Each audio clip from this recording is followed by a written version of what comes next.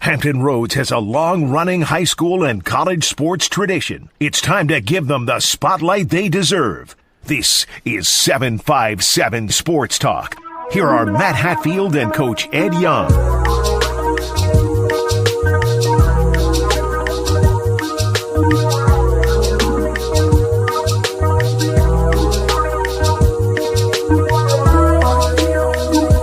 Good Saturday morning, all of you out there. That was from earlier this week, the big matchup with Old Dominion and Norfolk State on the hardwood, which the Monarchs held on to win. But we've got all kinds of high school football playoff action to talk about with all of you. It is 757 Sports Talk, coming on a little bit before 10 a.m. Eastern so that I can skedaddle on my way over to Dowling Stadium for the Churchland Chuckers and the Phoebus Phantoms in Region 4A today. We encourage all of you to like, share, and subscribe and interact with us wherever you are tuning in on this particular Saturday, the 15th of November, the year 2025. I am Matthew Hatfield. My cohort is diligently troubleshooting his issues.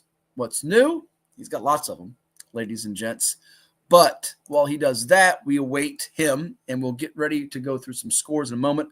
We do have a couple of potential guests in the weeds in the works if they do hop on and have time this morning. We did go a little earlier than we normally do, 10 a.m. to 12 noon.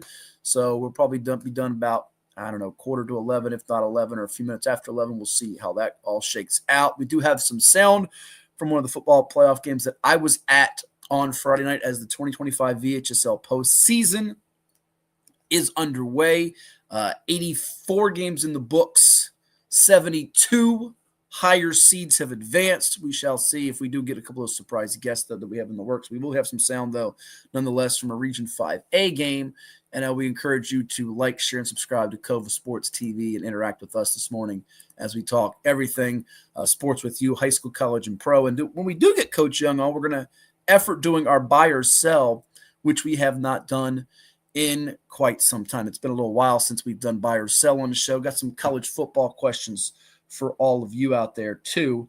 I did want to save this for Coach Young to get his thoughts on the issue, because it is something that happened just the other day that we do need to take time and certainly pay homage to one of the legends in the sports world from not just the 757, but the Commonwealth. We lost a great one late Thursday night, and that one being Dr. Jim Jarrett, the longtime athletic director at Old Dominion University, passing away. And I didn't get to know Dr. Jarrett really well, but he was certainly a pioneer for women's sports and a trailblazer in many ways. He helped put many of the sports that Old Dominion has been recognized in on the map, and we certainly send our thoughts and prayers. Athletic director for 40 years, from 1970 to 2010, as he has passed away at the age of 88.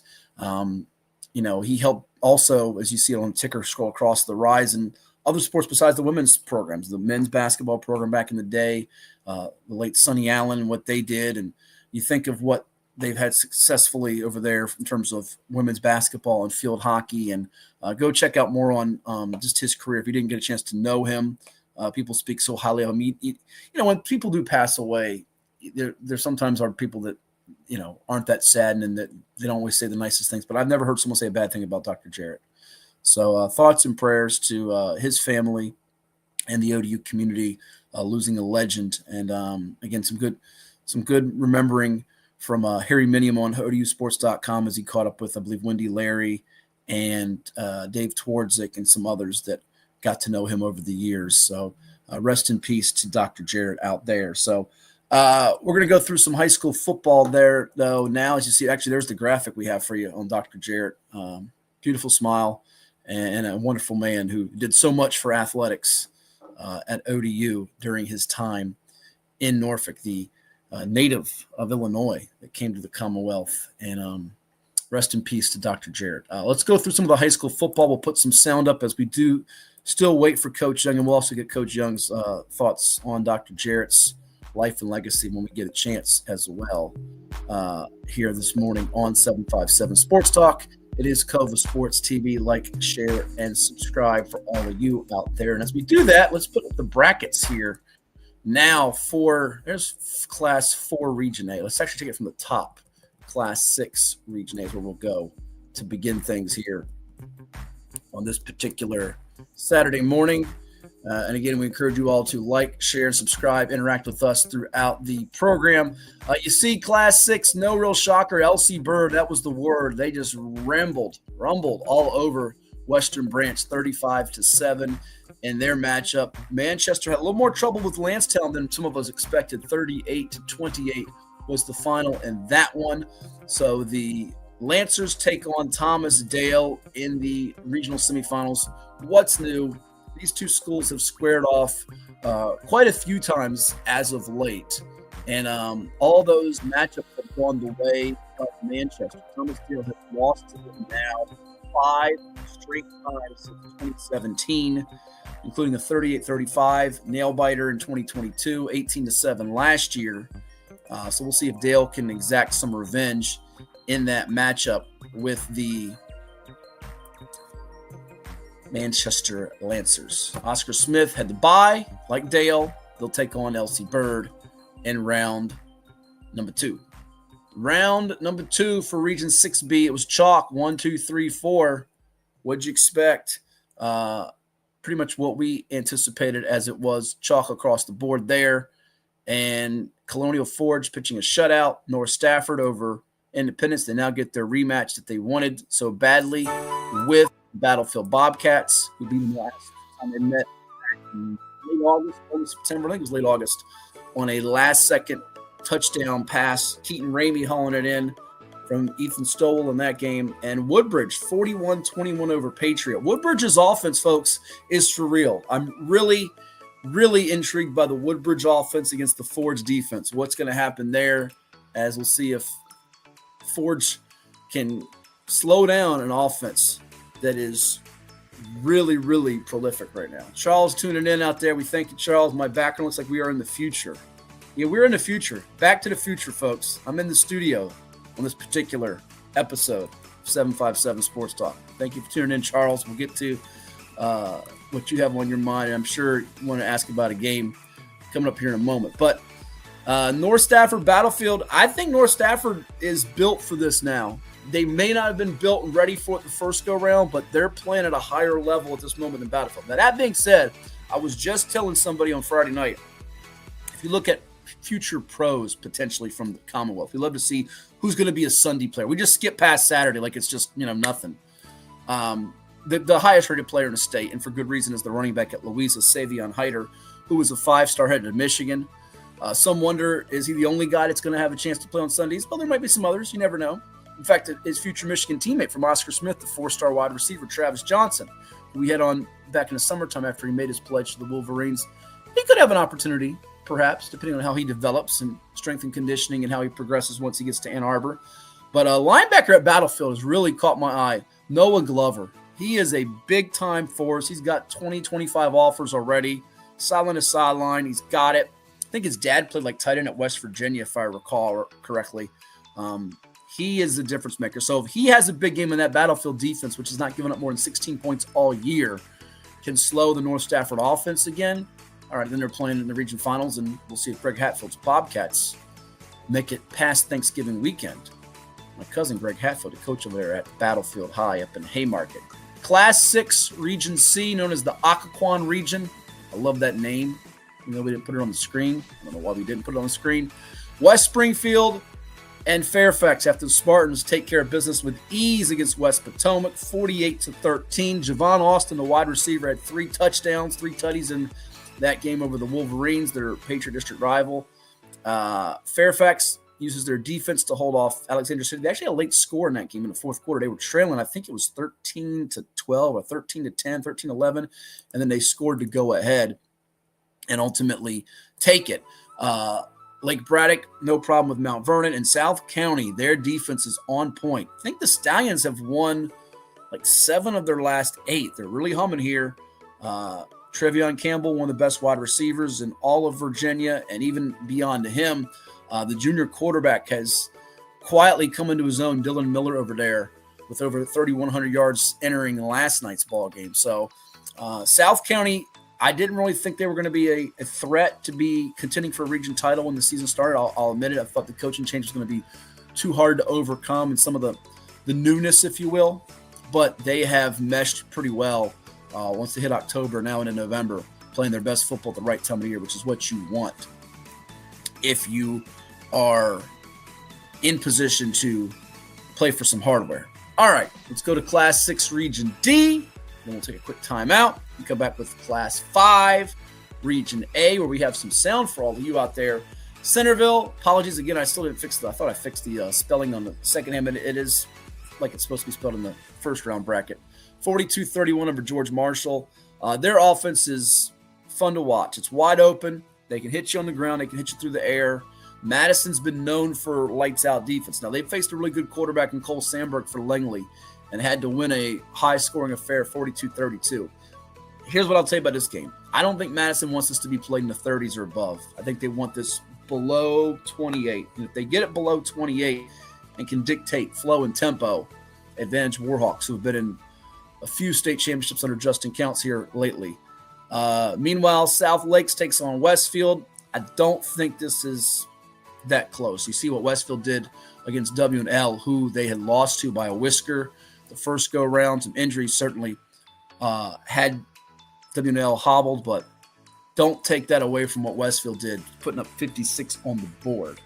So that is noteworthy. And I think they want another crack at Centerville. They wouldn't mind if they had to see Madison, who has beaten them in the playoffs before here lately.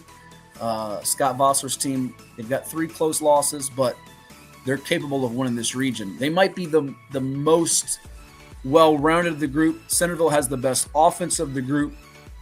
Madison has the pedigree and experience in that group. South Lakes, I think they're happy to be where they're at. I'd be shocked if they got through another round at 6-5 on the year. So that's going to close it out just for now. The Class 6 postseason picture. We'll come back and give you some Class 5 playoff, Class 4, Class 3, Class 2, and Class 1 around the corner too. Keep in mind there are some games today, which include the one I'm going to be checking out, Phoebus and Churchland over at Darling Stadium in Hampton. You also have, in addition to that, John Hanley and Liberty Bealton. And in Class 2, that's Region 4D. In Class 2, over in Region D, the Union Bears, top-seeded team there, takes on Lehigh, who's 4-6. So that is all on the way. It is 757 Sports Talk. We are powered by Cova Sports TV. Make sure you hit that like button. Share it to your friends, your family, your loved ones, even the ones you don't love.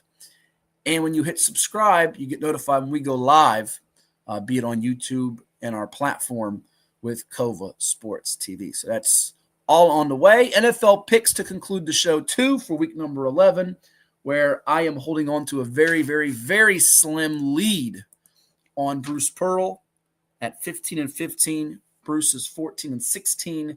And Coach Ed Young is 6 games below 500 at 12-18. But he will brag about going a perfect 3-0 last week. We're not sure who he hit up for picks, if he hit up his cousin Vinny, or if he hit up somebody else. But he certainly didn't come up with those on his own. More is coming your way. It is 757 Sports Talk. And keep it tuned and interact with us here on Cova Sports TV. What makes a life a good one? Is it our adventures? Or the friends we find along the way? Is it the challenges we conquer together? Maybe it's the people's lives we touch every single day. So, what makes a life a good one? You'll have to figure that one out for yourself. What is more? Is it more reps, more strength, more stamina? We say it's all of that, but it's greater than just what's in the mirror. It's about improving your mental and physical health. More is a feeling of achievement, fulfillment, confidence. It's looking better, feeling better, being better, and it's our mission to get you there. Because here, you are more. One Life Fitness. Portco is your local nonprofit organization dedicated to economic empowerment through employment for people with disabilities.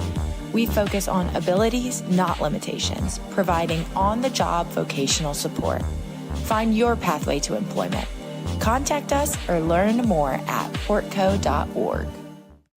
Well, it's everybody's favorite time of year again. Time to prepare to make your annual donation to that infernal revenue service. And if you're like me, you need help.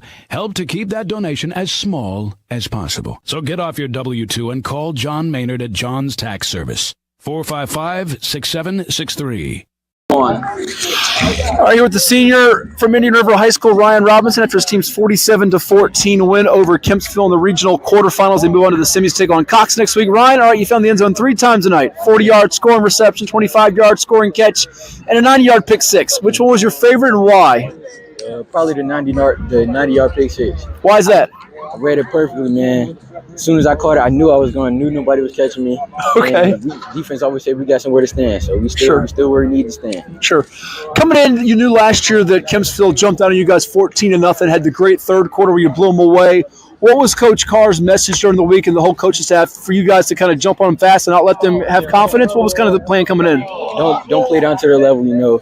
We can't come out soft, can't come out soft, you feel me? Mm-hmm. So we got to come out hard, beat them, you know, punch them in the mouth.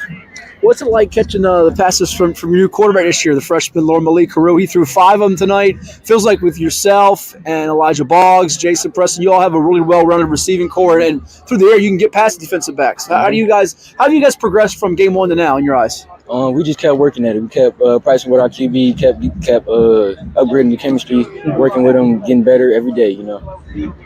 Is this team better from last year when you got to the playoffs? You lost a heartbreaker, I know, in the overtime game to Green Run. Do you feel like you guys have improved from a year ago? And if so, where? For sure. We improved in the aspect of not letting nobody take the game away from us. We got to keep our composure. We got leaders on the team that know how to calm people down, know how to get people where they need to be. We know how to talk. Did you guys sense, too, coming in, that playing in the Southeastern District, seeing the Oscar Smiths, the Kings Forks, that overtime classic you had here with Nance River, that would help you for the playoffs and seeing a team from the beach tonight? Yes, sir. We battle. We have competition. We go out here every day, fight as hard as we can. Mm-hmm. We know when the playoffs come, ain't no playing around with nobody. Just want to go home. You're a senior. You don't want to go home, right? No, sir. Are you getting some looks for the next level? And if so, any schools showing some interest that you could highlight for us? Yes, sir. I got offers from Hampton, Randolph-Macon in the future. Shawan, Hampton-Sydney, Ferrum, and Christopher Newport University. Okay. Why should a school recruit you? What would you bring to the table for them, in your opinion? I feel like I'm very coachable. I listen to all what my coaches say, use it on the field, tell my teammates, leadership, all that. That's 2 for you. How different is it playing in the cold compared to those 90-degree days in August? Have you guys adjusted to it already? Or? Yes, sir. Hey, tonight I wasn't even cold. You see, I don't even have anything on. No sleeves, nothing. No gloves. No shirts. Okay. Mental toughness. Well, you want to be playing on Thanksgiving. I know that's the goal, to be playing having the turkey in the real cold as you get closer to December. What's it going to take to beat Cox? They have a pretty good defense. You got the same intensity you did tonight? Same. Everything we did tonight, we need to do next week. You know, have a good week of practice, have great leadership, great teamwork, all that. The Braves close it out in style here at James L. Frost Stadium behind Ryan Robinson. Thank you so much. Go enjoy it. Yes, sir. Hampton Roads has a long-running high school and college sports tradition. It's time to give them the spotlight they deserve. This is 757 Saturday Sports Talk. Here is Matt Hatfield. All right, welcome back to 757 Sports Talk. here on Kova Sports TV. Interact with us all morning long. You heard from Ryan Robinson, who had himself a whale of a game, couple of touchdown catches and a 90-yard pick six that put things out of reach quickly before the half, as Kempsville actually got behind by a running clock margin. This is a team that led 14-0 in the first quarter a year ago in the regional quarterfinals and had a 14-point halftime lead before the Braves erupted for 34 points in the playoffs last year. But we fire back up the scoreboard for Region 5A. You'll also hear from Coach Brandon Carr and freshman quarterback Lord Malik Heru here in just a little bit. But the Braves, with that 47-point outburst, one of their best performances of the year. In fact, they've scored more than 47 on 3 different occasions, 55 to Granby, as you saw in the ticker moments ago, 59 to Grassfield, and 57 to Lakeland. But to do this at this time of the year, they like that. And now they go travel to Cox as the Frank W. Cox Falcons. We had on Coach Tyler Noe last week. Good to know we didn't jinx him, as he saw his group win by a running clock score as well to beat the Kellum Knights over there in Virginia Beach. Cox has not had a lot of success as of late against the Southeastern District. And in fact, they've lost, I think Doug Ripley sent me this note, they're like their last 7 playoff games to schools from the SED. So with that in mind, we're going to find out if they can use their defense, which has been rock solid all year long, giving up like less than 10 points per game, to fuel them on a chance to play on Thanksgiving weekend, which would be a big deal for Cox. Got themselves a 99-yard kickoff return from Kai Regard into the second quarter. It's the third time in school history that somebody's done that for Cox. They've actually lost 8 in a row. I stand corrected looking at Doug's notes now. 8-game losing streak against the – oh, here you go. Yeah, it's 8-game losing streak against Indian let's see here. 8-game losing streak against teams from the Southeastern District. So they've lost their last 2 games last year in 2021 to Deep Creek, 2017 to Oscar Smith in overtime. That was a great quarterfinal game with Tavion Robinson against Cam Kelly and the Tigers over there in Chesapeake. They also lost 2016 Grassfield, 2014 Oscar Smith, 2013 Western Branch, and 2009 to Grassfield. So they're trying to do something that hasn't happened in a long while. 1991 season opener, when they beat Western Branch at home 30-23, then coached by Jim Prince. I know Coach Prince probably pops on the show every now and then if he's watching on Facebook. Give us a shout, Coach, if you're out there. Love Jim Prince, former Ocean Lakes coach as well. But this is going to be a tall task for them because Indian River's offense was really in a groove with Malik Heru, the freshman, who finished up with 11 of 20 for 232 yards and 5 touchdowns in a playoff game in his freshman debut in the postseason. That's as good as it gets. But that line of scrimmage for Indian River is no joke either. Jamari Horton, Corey Cinnamon, and those guys have been bringing it week after week after week. Green Run, Salem. That's the other matchup, as the Sun Devils ended up getting it done against Bayside, who they lost to 34-21. The running game was phenomenal for Coach Mark Hall and company. We're going to hear from Coach Hall, we believe, in a 10 o'clock hour in a little bit here. So looking forward to that, to catch up on what was different this go-round. Remember, the last time they played Bayside, their quarterback Landon Curls went down. They put in Cam Hall, had 5 interceptions in that game. But Bayside hung in there early. They were down 7-6, 14-13, 21-13. Actually got it to 28-19 and missed the 2-point conversion. Salem's running game, though, 327 yards as a team. And the sophomore who came back from injury, Jason Harden, runs for 186 yards and 2 touchdowns. Would have had 3, except ended up one of them called back on a penalty. Good morning to Woodrow out there is watching.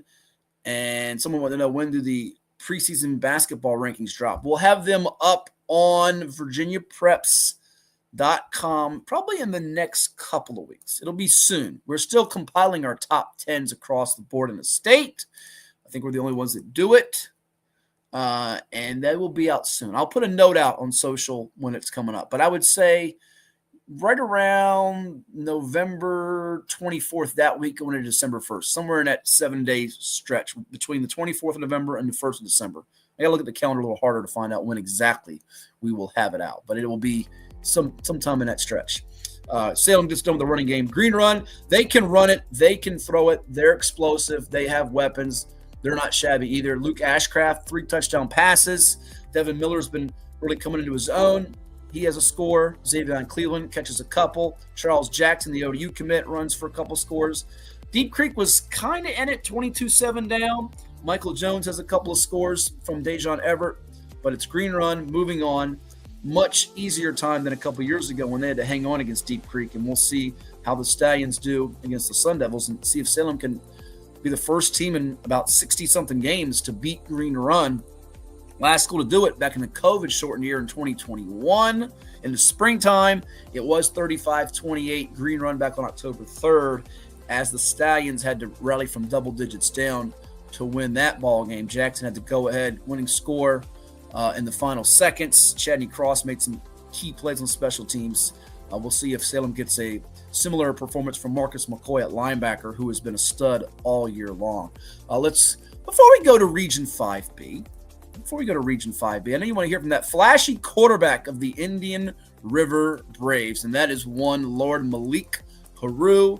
He sizes up what his team has done well this year and also looks ahead to what they'll need to do against the Cox Falcons as we catch up with him after the win Friday night over Kempsville right here on Cova Sports TV.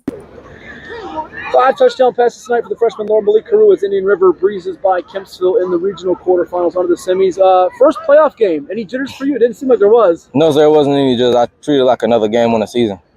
How much of the battles in the Southeastern District against Oscar Smith and Kings Fork, the overtime game with Nance River, help you for tonight and what's ahead? It helped me develop as an all-around player, and it helped me prepare for this game.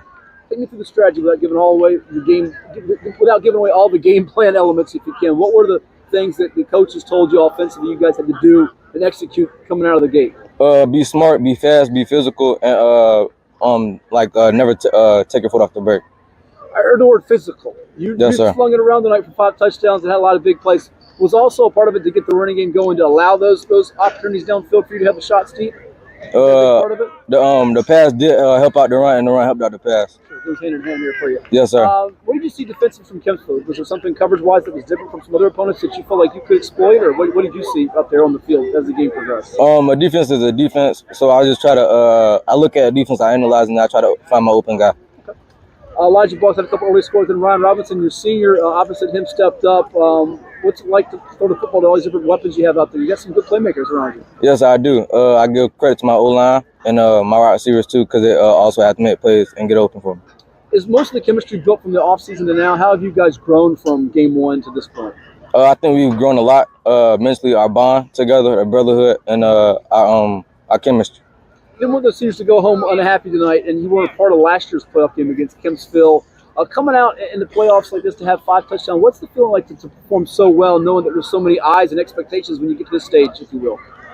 It feels good. I've been doing it already. So, to do it in the playoff game, it felt pretty good to do at that level. You got more goals ahead. You got Cox coming up next week. They got a pretty stingy defense. They've won 7 in a row, I think it is, since starting 2-2. What's it going to take to keep this thing going to Thanksgiving weekend? Do what we've been doing before. Just prepare all week and never take anybody lightly. Makes it look easy out here for the Braves. Have been here 5 touchdowns for freshman Lord Malik Heru. Thank you so much. Go enjoy it. Thank you. Such a polished young man and bright future ahead for Lord Malik Heru of the Indian River Braves after that 47-14 win over Kempsville in the region quarterfinals. 232 yards, 5 TDs as they move on to take on the Cox Falcons. All right, back to some more scores from high school football that took place on Friday night across the 757 and beyond as we fire back up some of the music here for all of you out there. Region 5B, Kings Fork Bulldogs. I don't know if you saw it on the highlights, but Zadarius Wynn had the nasty one-handed snag. Isaiah Gilliam's been running well on that defense for Kings Fork. Lights out as they take care of Granby by 32. Bethel, 28-18 over Nansemond River. Shout out to David Porter and his Bruins. They get it done. Derek Fisher, the UVA commit with a pick 6. Amari Pryor runs it well. Alex Lewis found Antonio Cummins and Casey Campbell over the middle a couple of times through the air. And the Warriors without Tyrell Grant Jr., the Syracuse commit, didn't play due to injury. They kept him out for precautionary reasons. Bruins knocked them off. They'll take on Kings Fork. Warwick's defense, it was nasty. What's new? They've been running it well with Amari Meredith to complement Terrius Downtown Brown, and Thomas Sykes' team gets another crack at Maury, who's knocked them out of the playoffs the last couple of years. We'll see if they have what it takes defensively to slow the Commodores, who've bbeen throwing it well, with our reigning Chicho's Pizza 757 Football Player of the Week in one, Damo Everett. Let's put that up there for you out there. Last week against Granby, Damo ended up throwing for 6 touchdowns in the first half to bring his total to 35 for the year. They outscored their Eastern District opponents 65-4 on the year. Giovanni Wiggins made things happen on both sides of the ball, and Maury breezes by Woodside 64-6 in that one. Go to 5C quickly here. You've got Patrick Henry Roanoke taking on Hermitage, who beat Midlothian 26-14. William Fleming by 40 over Douglas Freeman, and Highland Springs had to rally from an early deficit to beat Glen Allen 28-9. Antoine Buddy Richardson with 9 interceptions this year to lead the way for the Springers on defense. He's also playing quarterback, converted from wide receiver. He's a player of the year candidate, as we've talked about a couple of different times here on Cova Sports TV. John Champ over Briar Woods. They'll move on to see Stonebridge. Potomac Falls beats Light Ridge. I don't know if the common person out there knows how good the Stonebridge defense truly is. I mean, it's been just dominant. Riverbend's offense is putting up, 50 plus with regularity, but that Stonebridge defense is playing, I'll say it out loud, as stifling as any in the state, regardless of classification. And it might require someone having to really figure out that defense to win a championship. I'm sure there's some teams in the 757 and 804 that believe they can, and I'm sure Riverbend thinks they can. We'll find out if they can, because if you're scoring double figures on that defense, you're doing something. I think only one team's done it all year, which was Quince Orchard. We'll go to Class 4 Region A here. We have some games today, though, so it's not all settled. Hampton's going to take on the winner of Phoebus Churchland. The Manor game, not even competitive. Smithfield over War Hill got a great rushing performance on Thursday night. Did the Packers from Zyron Wells, who ran it about 26 times for over 170 yards and a couple of scores. Lafayette, their defense, talk about shutting people down. Lafayette's defense is playing about as stifling as any in Class 4, as Andy Lynn's team held Kevin Parker in check. He was completing over 70% of his passes. He didn't do that on Friday night, as the Lafayette defense really buckled down, shut them out, and the running game with Breon Stokes and Joshua Simpson both going over 100 yards, it's on point. Feels like we're going a collision course with Lafayette and with Hampton in Region 4A. Region 4B, I can't tell you what collision course we're on in this region, folks, because this region is too hard to figure out. You've got really, really fine football teams across the board. Now, Louisa's going to play Huguenot. It's going to be a Saturday 1:30 kick. Varina's going to take on Dinwiddie. It's a Saturday 1 o'clock kick over there at Dinwiddie. You're looking at state champs from 21 and 22. You're looking at just fabulous players all across the board. I think Dinwiddie may be the most impressive of what they've done, given what they brought back and having to replace Harry Dalton. Some wondered if that was even feasible, that they could go 10-0. Varana's played maybe the hardest schedule when you look at the teams they've faced, like Grimsley out of Carolina and Maury, Highland Springs, Phoebus, though it's not, let's check that. Highland Springs played Phoebus. But they played Maury, Grimsley, Highland Springs. They've played some heavyweights all year long. Huguenot might be peaking at the right time, and then Louisa has the guy, the best player on the field, in Savion Hyder. So all four present something of note that's interesting to make this worth seeing. I wish I could be at both games at once. Maybe I'll actually stay and watch both games if they're both streamed. I'm not sure if Dinwiddie's is streamed. I'm pretty sure Louisa streams theirs on NFHS. Someone up there help me and let me know, because I love to be at both. Can't clone myself. It's impossible. And if I can sit in my house and have it on 2 different laptops, that might be the way to go. I'm thinking that might be the way to go for Region 4B. Region 4C, nothing earth-shattering there, although Coach Young will brag he got one on me with Heritage over Broad Run. I don't know why I took a 2-18. I need to be drug tested, I guess. And you also had Woodgrove. Colton Dabkowski, freshman quarterback. He's no kid anymore, much like Malik Heru at Indian River. He's leading an offense that can hit for 40, 50 and get hot and almost unstoppable. I'm fascinated to see if Loudoun Valley can beat them for a second time, because that's a hard game, very, very hard game coming up for the Vikings. And then to finish up here, Region 4D, before we take a timeout and bring in our first special guest of the morning, GW Danville beats Blacksburg. They'll take on Sharando. I think the Eagles were glad Salem didn't make the playoffs from out west because they had been a nemesis of theirs. Jefferson Forest's defense is mighty, mighty strong. They await the winner of the Hanley Liberty Bilton game. So there you have it. When we return here at 1 o'clock kickoff. Oh, Charles updates me. It's not 1:30. It's 1 o'clock. I think the other game's 1:30. Dinwiddie Verona. Bottom line, it's next Saturday after 12 noon. So get there like 11, 12. You want to get a good seat because those games will be packed in Class 4. We're going to take a timeout, though. When we come back here, we have a special guest with us. He is the head football coach of the Salem Sun Devils, who avenged their regular season loss to Bayside. There were 4 teams in the state that did that on Friday night. You had Westfield beat Washington Liberty, lost to them earlier this year. You had Lebanon beat Virginia High. They just lost to them by a lot, by 30-plus a couple weeks ago. William Byrd gets revenge against Bassett, and the Sun Devils avenged that 34-21 loss to the Marlins by winning last night 28-19, and Mark Hall will join us to talk about it and so much more. It's all coming your way on 757 Sports Talk right here on Cova Sports TV after we hear from some of the sponsors, including Chicho's Pizza. Stay tuned. For any athlete, making it to the top sometimes comes with a few steps back. That's why parents count on CHKD Sports Medicine, advanced diagnostics, treatment, and rehabilitation for sports injuries, just for young athletes like yours. With convenient locations across Hampton Roads and a whole team of experts here to keep your favorite player at the top of their game. CHKD Sports Medicine. Learn more at chkd.org or call the CHKD Sports Injury Hotline.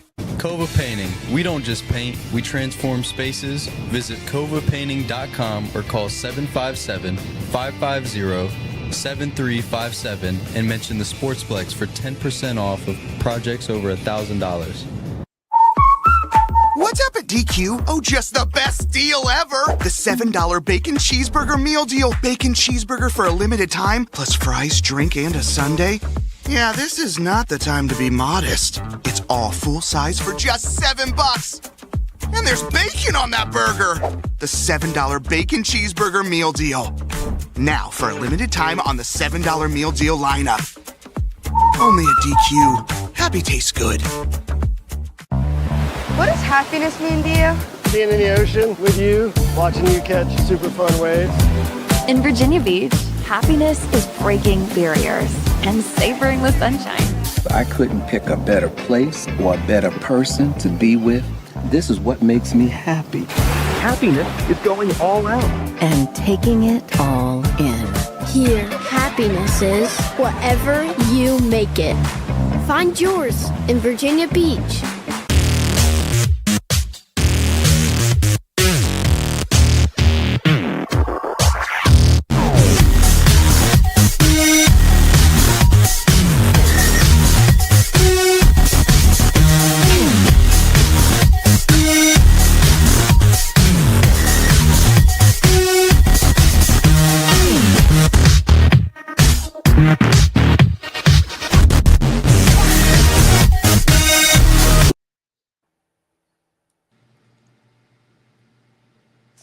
Hampton Roads has a long-running high school and college sports tradition. It's time to give them the spotlight they deserve. This is 757 Saturday Sports Talk. Here is Matt Hatfield.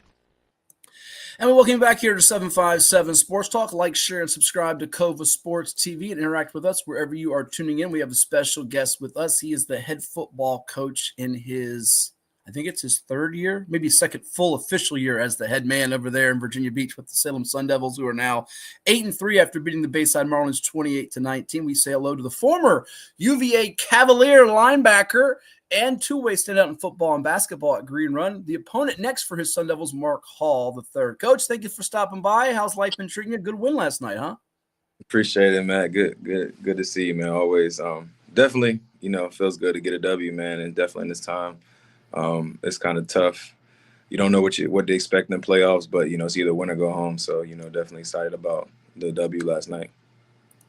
No doubt. And it is year 3 for you at the helm because you came into a season, was it 2 years ago in the middle of the season? It flies by. I lose track once you get to 3, 4, 5. And I hear all these old heads, as they call them, the coaches say, oh, this is I forget if it's my 24th or 25th year, as they say. Yeah, I'm not that old, but this is my ninth year coaching, but this is my fourth official year at Salem, but my third full year at Salem. So. All right, good deal. Well, we mentioned it earlier, the running game on point for you. And even the game you lost to Bayside that I saw in September, he had a big game. Your sophomore in Jason Harden, who last night rumbles all over the Bayside defense for 186 yards and 2 touchdowns. As a team, you rack up 327 yards rushing. And I think you only threw it one time, which you completed for a touchdown pass. Is that right? Yeah, we threw it actually twice. They were both completed. But, yeah, man, like I said, it's playoff football. And, we're not going to go away from what's working. It's hard to stop the run when it's cold outside. So that's what we were, excelling at. We had a tough time. We lost our quarterback, second game of the season, and we were trying to find our identity throughout the whole year. And I think we found it. So that's what we're going to do. Yeah, you mentioned the injuries, Landon Curls. I know even just your running back was dinged up and Harden, linebacker, and Marcus McCoy, who's been one of the fiercest in the entire area and the state for that matter, with I think like close to 30 tackles for loss, 100+ tackles yet again.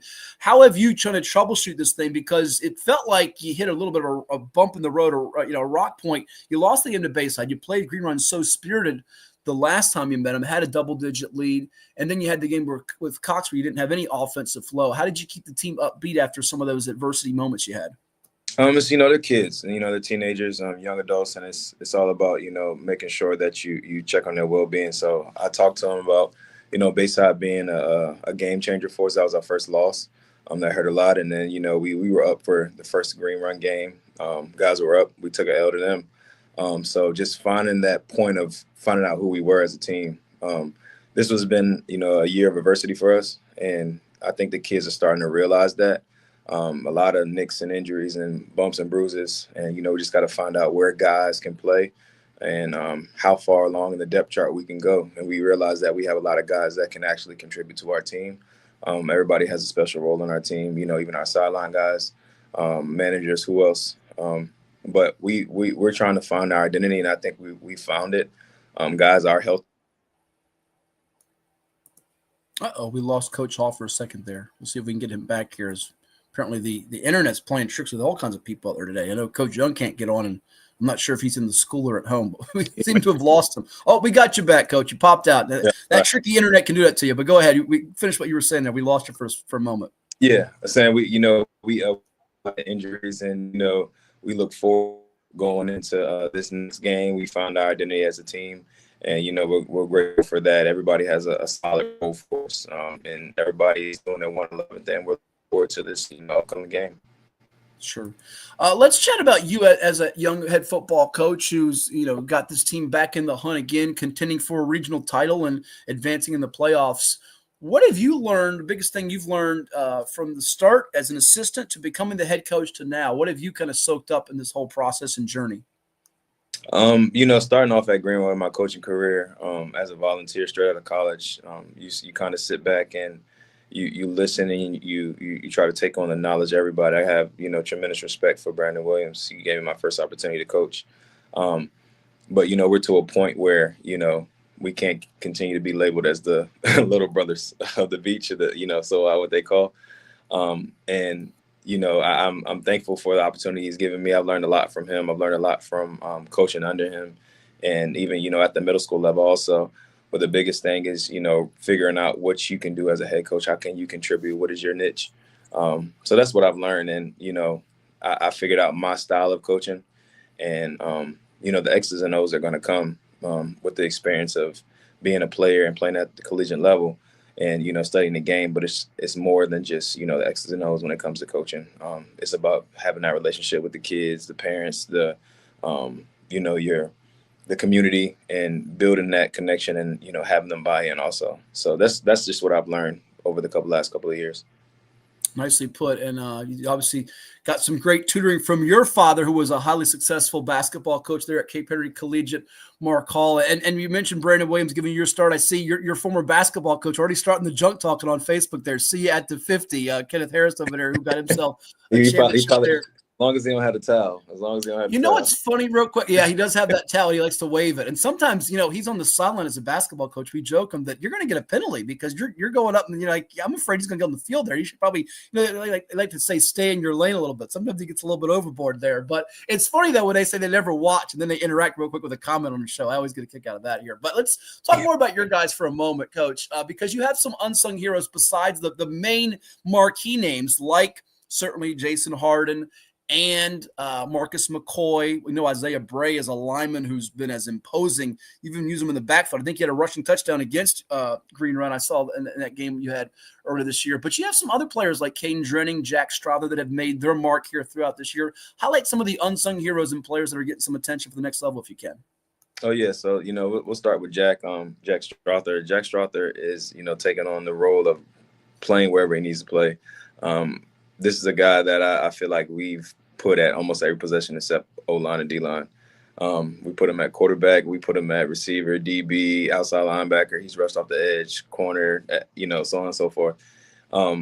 This last game, he was, at quarterback for us, made a lot of good reads for us. He actually played quarterback in middle school. So, we had the confidence in him to step into that light. And, he's had that confidence, and you can see he's starting to shine there. Also, Caden Drennan, he's one of those guys that is real quiet. He's a silent leader on our team, playing receiver and DB. Very athletic, long, lengthy kid. You can put him almost anywhere too. But I like a lot about him is, we haven't thrown the ball too much this year, obviously, because we were struggling at the quarterback position, and that's, nothing to hide. But he continuously does everything he wants to do. On his side, and we're grateful for that. One of the faster kids on our team, Aiden, and silent aside and play on defense too. We can go up and get the ball, and he actually scored our only receiving touchdown last night too. So good deal. A few more minutes here with Mark Hall. He's the head football coach of the Salem Sun Devils, now 8-3 on the season after eliminating Bayside on the road in the regional quarterfinals by a count of 28-19. They'll take on Coach Hall's alma mater, Green Run, who's still rolling and undefeated at 11-0 after beating Deep Creek 36-14. That's going to be a 7 o'clock kickoff next Friday night, November the 21st, over there at Dahlia Drive in Elisha Cadillac Harris Stadium. Coach Hall, our guest here on 757 Sports Talk on Cova Sports TV. You mentioned just being the little brother, and you got a lot of respect for Coach Williams and the Stallions. But besides the obvious of, well, Matt, we've got to score more points than them and win it for 48 minutes or more if it's required there, what are the small things you have to do differently in terms of details to get the outcome? Because you've played them competitively for a few years. What's it going to take to get over that hump in your eyes? Just going back and watching the game films, because you always go back and you say, what could you have done better as a coach? And you know what I mean? As a coach and a leader of the team, you do have to wear that on your shoulder, and that, I wear my heart on my sleeve. But when it comes to getting over this hump, we got to play competitively all 4 quarters, obviously, but we have to eliminate the little things as far as turnovers and special teams, unwanted penalties, things along those lines like that, because they add up. It gives a team like that momentum, and you can't give a team like that momentum. I think we have what it takes. Every single year, we know we come into the game competitive. They know it's going to be a competitive game, and then get over that hump. We just got to eliminate those little small things, playing all 4 quarters. If it goes in overtime, it goes in overtime, and we play that quarter also. But just eliminating the penalties and doing what we're supposed to do in the game. So, what would you say about the Beach District this year? Because I know some have said, looking at the playoffs here now, and you do have Indian River in your bracket. I know you're focused on your game singularly here, and as you should be. But the Beach, and I don't want to put you in an awkward spot here, Coach, but I've been a proponent of, I think it would be cool to see the Beach get that opportunity across the board to allow all of its schools, at least one out of district game. The Bay Rivers had that opportunity, and it got taken away with the addition from Gloucester from the PD to the Bay Rivers. And I think it hurts the Bay Rivers teams potentially for the playoffs. The Eastern, the Southeastern have that opportunity. And I get it. The Beach is a larger district with 11 schools. The Eastern has just 8. What's your view of it, and how do you adjust to different styles of football once you get to the playoffs? Because you have seen like an Indian River in the playoffs before. Give me kind of your thought on all that. I think the Beach District is very competitive on my end. Just personally, it is tough because we have 11 schools, and I thought the Beach District was wide open this year. Like I said, we took 3 L's this year to 2 competitive teams. Cox is a competitive team based on competitive team, Green Run, obviously. And even, some of the teams that are, didn't even get the opportunity to make the playoffs, they're going to play tough. Anybody can show up. But I do like the opportunity to potentially play somebody out of district. Just my personal opinion. I don't know if it will ever happen, but it will give, the opportunity for us to see somebody different. In our division in 5, I think there are a lot of Beach District teams, so we do potentially play the same teams over and over again. So we're used to it, and it gets competitive. So when we get against a team like Indian River or Deep Creek, it's something new, it's something different. So it's exciting because we get to see something different. Last year we got the opportunity to play Deep Creek, so it was something different that we got to see. And then the year before that, or 2 years before that, we did play Indian River in the first round. But they just have a different style of playing. They're athletic and they're aggressive too. But it's good to get that opportunity and get that playoff environment early and often before you actually get to the playoffs. But nobody really knows what the playoff feel like unless you play in that cold weather in the playoffs. So true. It's going to get chillier and chillier out there where the gloves are needed. And I interviewed a player from Indian River who didn't have the sleeves on. I'm like, I don't know how you guys do it. You guys are warriors, and you were a heck of a player back in your day. And it takes me to my last couple of questions here for you, Coach. We thank you for the time here on this particular Saturday morning on 757 Sports Talk. UVA, what a resurgence, Hunt, under Tony Elliott. I know last week's game, notwithstanding the tough loss to Wake Forest, they got a big one today against Duke. What do you think of the Wahoos and how things have turned around? Top 25, perhaps still in that ACC championship mix in college football playoff. And correct me if I'm wrong, didn't you play with the guy at Green Run that went to Duke? Were you teammates with Jamal Wallace or no? Was it him or somebody else? Yes, I was teammates with Jamal Wallace. Okay. Yeah. Do y'all have any friendly banter, back and forth trash talk for this game this week or no? No, I haven't seen Jamal in a couple of years, but we did. I haven't seen him in a while. I've seen his brother recently, probably not too long ago, but definitely Jamal. I was pretty tight with him when I was in high school. He's a little bit older than me, but he did go to Duke. Yeah. Okay. What do you think though about UVA's doing there? And I'm sure. I mean, you don't mind getting your kids to whatever college, but I'm sure Elliott and the staff are saying, we got to get some of those Sun Devils in the orange and blue here in the years to come like you were, huh? Yeah, man, it's always great to see, your alma mater winning, man. And, that's what you want to see. It's happiness when the team's doing a great job with those players.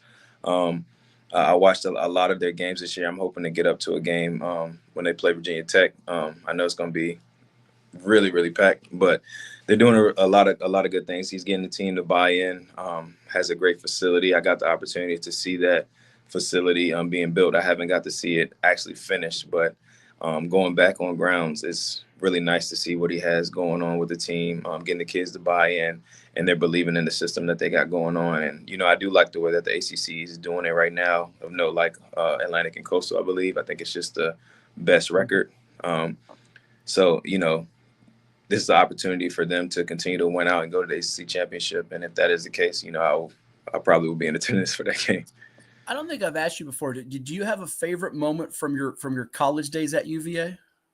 I had a favorite game. We played Louisville. Yep, that was a big upset. I do remember that game. I can't remember the year. I do remember that game. Just playing against somebody. Playing against Louisville, yeah, we stormed the field. And just, seeing a lot of the players that are in the NFL right now, telling your kids like, yo, I've been on the field with these players, playing against them, because these are some of the guys that they look up to. And it's pretty dope to, have that experience and say, hey, we were playing against these same players, like Lamar Jackson and the Royce Freemans and the DeAnthony Thomas and the Marcus Mariotas. Those are it's really cool to see that they're excelling at the next level. Yeah, that is so awesome. One more before we let you go. I haven't asked you to this in a while too. How's Bro doing? Devin Hall playing ball still overseas professionally? Yeah, he's dominating over there, man. He's a guy over there in Turkey right now. I'm looking forward to potentially going to see him in the springtime. And it's really good to see that he's doing his thing, still balling. I think he just had a new contract with his current team, Fenerbahce. And he's just dominating, man. And, I do get the opportunity to go over there and see. I got to see him when he was playing with OKC. I saw him when he was in Australia. I saw him when he was in Milan. So I'm looking forward to potentially getting out there in the springtime and seeing him when I get some time off. That's fantastic. I think I saw them win that chip, whatever it was in the summertime, whatever it was. It flashed across social media, and it's always neat to see these guys like yourself that I covered. Remember when y'all were babyface, and now here you are coaching on the quest for a championship of your own with the Salem Sun Devils. They're now 8-3, getting ready to take on Coach Hall's alma mater, Green, running the regional semifinals in 5A. Thank you so much. All the best to you and your squad, and we'll chat again soon. Enjoy the weekend. All right, thank you. Tell Paul said what's up too. All right, we'll do that. All right, that is Mark Hall III, our guest here of the Salem Sun Devils. We got coming up, you heard him say Paul. We've got Paul Crowley, the head football coach of the captains of Christopher Newport University, on the way. They're undefeated, perfect regular season. What a year for CNU. They're heading to the Division III NCAA tournament. They beat the College of New Jersey Friday night at Lions Stadium 27-7.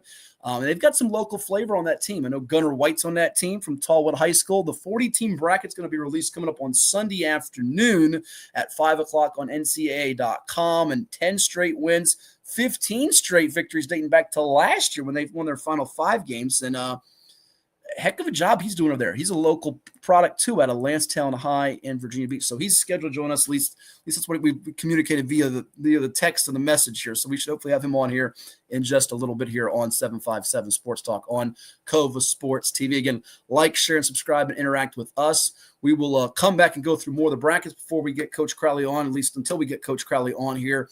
NFL picks on the way soon as well. Coach Young is having internet difficulties.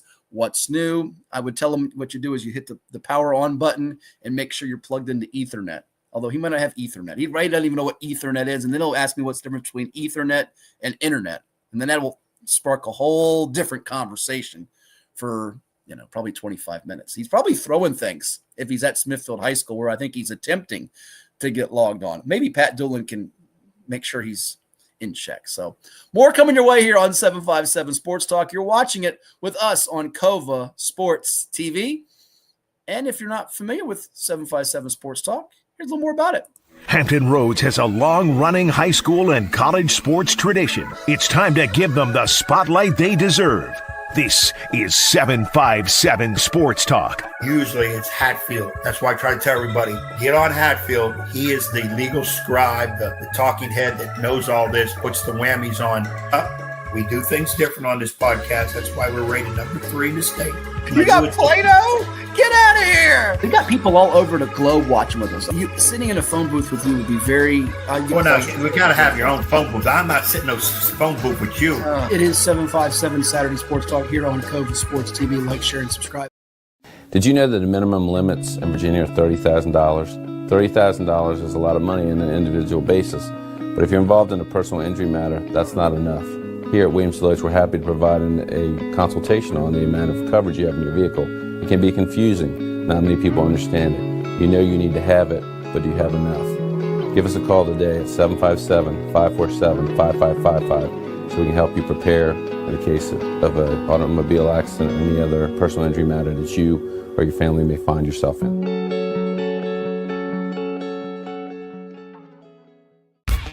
For any athlete, making it to the top sometimes comes with a few steps back. That's why there's CHKD Sports Medicine. Advanced diagnostics, treatment, and rehabilitation for sports injuries, just for young athletes like yours. What's up at DQ? Oh, just the best deal ever. The $7 bacon cheeseburger meal deal. Bacon cheeseburger, fries, drink, and a sundae. No time to be modest. It's all full size for just $7. Right now at DQ. Happy tastes good. Well, it's everybody's favorite time of year again. Time to prepare to make your annual donation to that infernal revenue service. And if you're like me, you need help. Help to keep that donation as small as possible. So get off your W-2 and call John Maynard at John's Tax Service. 455-6763. As a banker at Town Bank, we believe that people bank with people, not with banks. You're looking for an actual personal relationship. And that's what you get at our bank. You get that person that gets to know you, gets to know your business, is there for you. I think that is what motivates us, what drives us. And the idea that we are trying to serve others and enrich lives, I think is very true.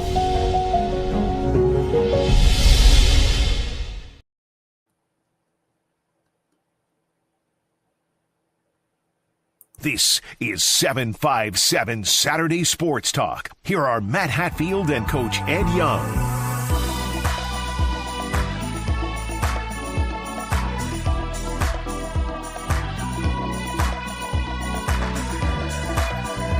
No Coach Ed Young. He's still trying to get on. And the odds now say it's minus 8,000 he does not make it on. Plus 6,500 he does. That's what they're telling me. The latest odds makers out there in the desert. Charles Elkins, my man out there. Don't pick on us old guys. I support Coach Young's internet capability. Yeah, I'm glad you support it because he does it right now. Graduated from a chalkboard to a dry erase board. Yeah. Well, anyhow, let's go back to the scores across the Commonwealth. Lake Taylor Titans. They don't run from people. Hank Sawyer and company, 49-6. That was a close ball game at the break with their opposition, that opposition being Colonial Heights, but they pull away behind that running game with Jeremiah Farabee, Keon Johnson, and crew. They'll take on the Norcom Greyhounds, who had some hard hitting from their defense. Got themselves an interception late. Jari Whitfield making plays all over the field for their defense, helping hit people, force fumbles. And DeMarcus Edwards is scooping them up. He's making plays all the time, I see, for that defense as well. Tackles for loss and second half shutout for the Greyhounds and Anthony Hawkins, who will now move to 6-5 and play at Lake Taylor. It was a fairly close ball game for about a half the last time they hooked up, and then Lake Taylor did what they did last night against Colonial Heights. They pulled away in the second half and won 40-26 back on October 3rd in Norfolk. It'll be the same location. And remember now, Norcom does have some experience from last year's team that fell to Lafayette in the Region 3A finals. So that one's worth checking out if you want to see a good, rugged, physical ball game where both teams feel like they have a real shot at it. Hopewell, 27-14.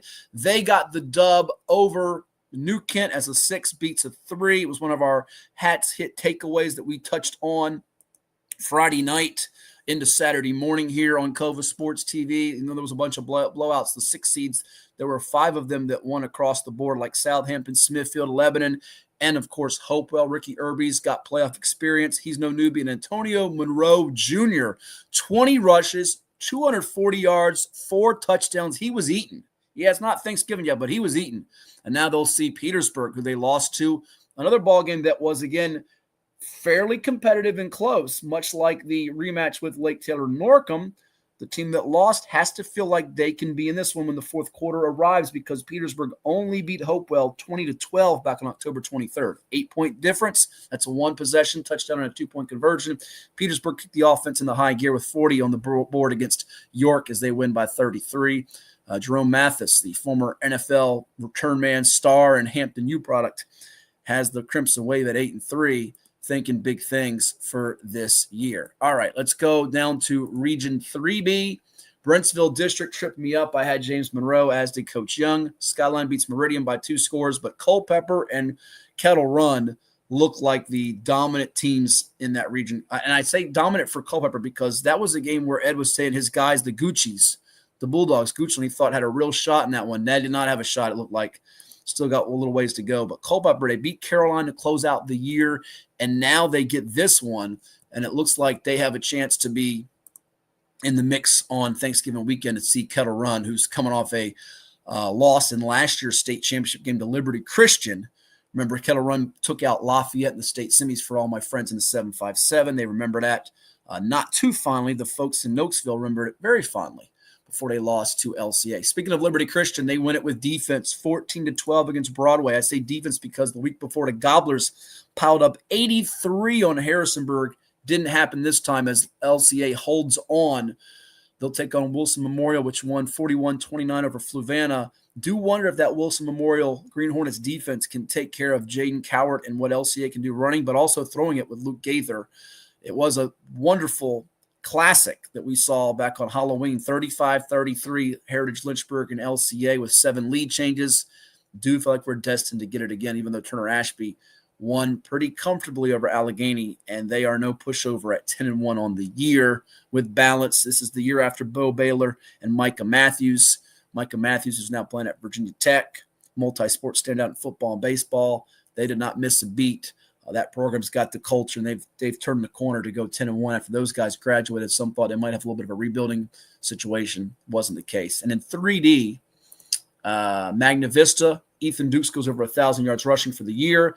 They breezed by Abingdon after falling behind early 3-0 in that one. Carroll County knocks off Northside. William Byrd will take on Lord Botetourt. Their last two meetings have been just epics, as it was William Byrd winning an overtime double OT last year and then winning the regular season game between the two when they played back on, it was October 24th, 42-41. So that has the makings to be a real exciting matchup between the Terriers and Cavaliers yet again. We'll see if either defense can get some stops. I know the fans probably hope not. Have a game in the 40s again, which would be epic football. We've got more coming your way here on 757 Sports Talk. NFL picks around the corner. If Coach Young is able to get his internet fixed and rejoin me, we'll do our buy or sell segment, or I might just do it solo.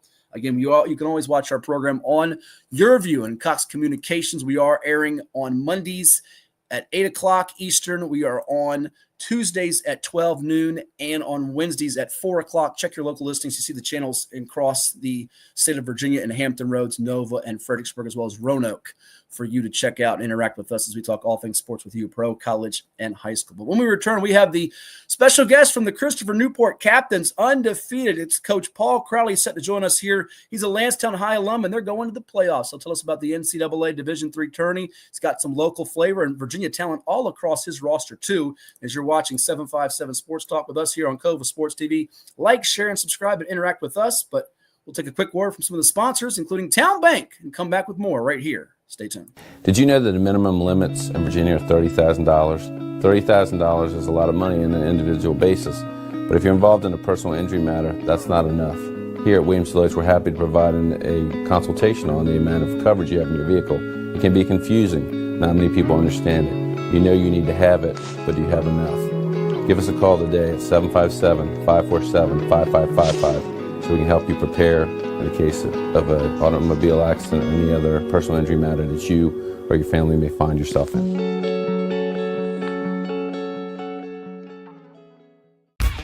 For any athlete, making it to the top sometimes comes with a few steps back.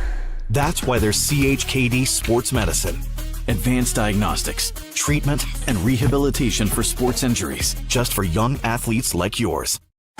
What's up at DQ? Oh, just the best deal ever. The $7 bacon cheeseburger meal deal. Bacon cheeseburger, fries, drink, and a sundae.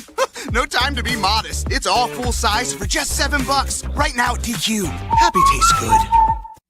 Well, it's everybody's favorite time of year again. Time to prepare to make your annual donation to that infernal revenue service. And if you're like me, you need help. Help to keep that donation as small as possible. So get off your W-2 and call John Maynard at John's Tax Service. 455-6763. As a banker at Town Bank, we believe that people bank with people, not with banks. You're looking for an actual personal relationship, and that's what you get at our bank.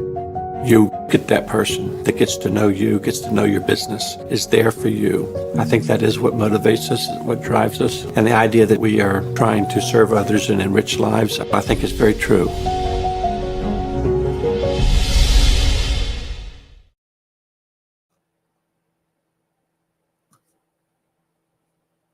Hampton Roads has a long-running high school and college sports tradition. It's time to give them the spotlight they deserve. This is 757 Saturday Sports Talk. Here is Matt Hatfield. And we welcome you back to 757 Sports Talk. Like, share, and subscribe to Cova Sports TV and interact with us. We have a special guest with us. He is the head football coach of the Christopher Newport University Captains, undefeated, 7th ranked in the country as they win it by a count of 27-7 on Friday night over the College of New Jersey at Lions Stadium. 10-0 season, and the win streak, I believe, is 15 and counting now for Paul Crowley. He's an alum of Lansdowne High in Virginia Beach out of the 757. Coach, congratulations on the great year for the Captains. You guys were rolling into the NCAA Division III tourney, and you got to be pumped about your squad and what you're doing. Yeah, it's been a really special year for our guys. This is, my 4th year taking over as head coach, so it's our first time with the full team of our recruiting classes, and it's chock full of kids from the 757, and they've just done a phenomenal job. And been able to get us to this 10-0 start, which is the first time we've done it in school history. And like you said, 15-game winning streak. It's a special group of kids.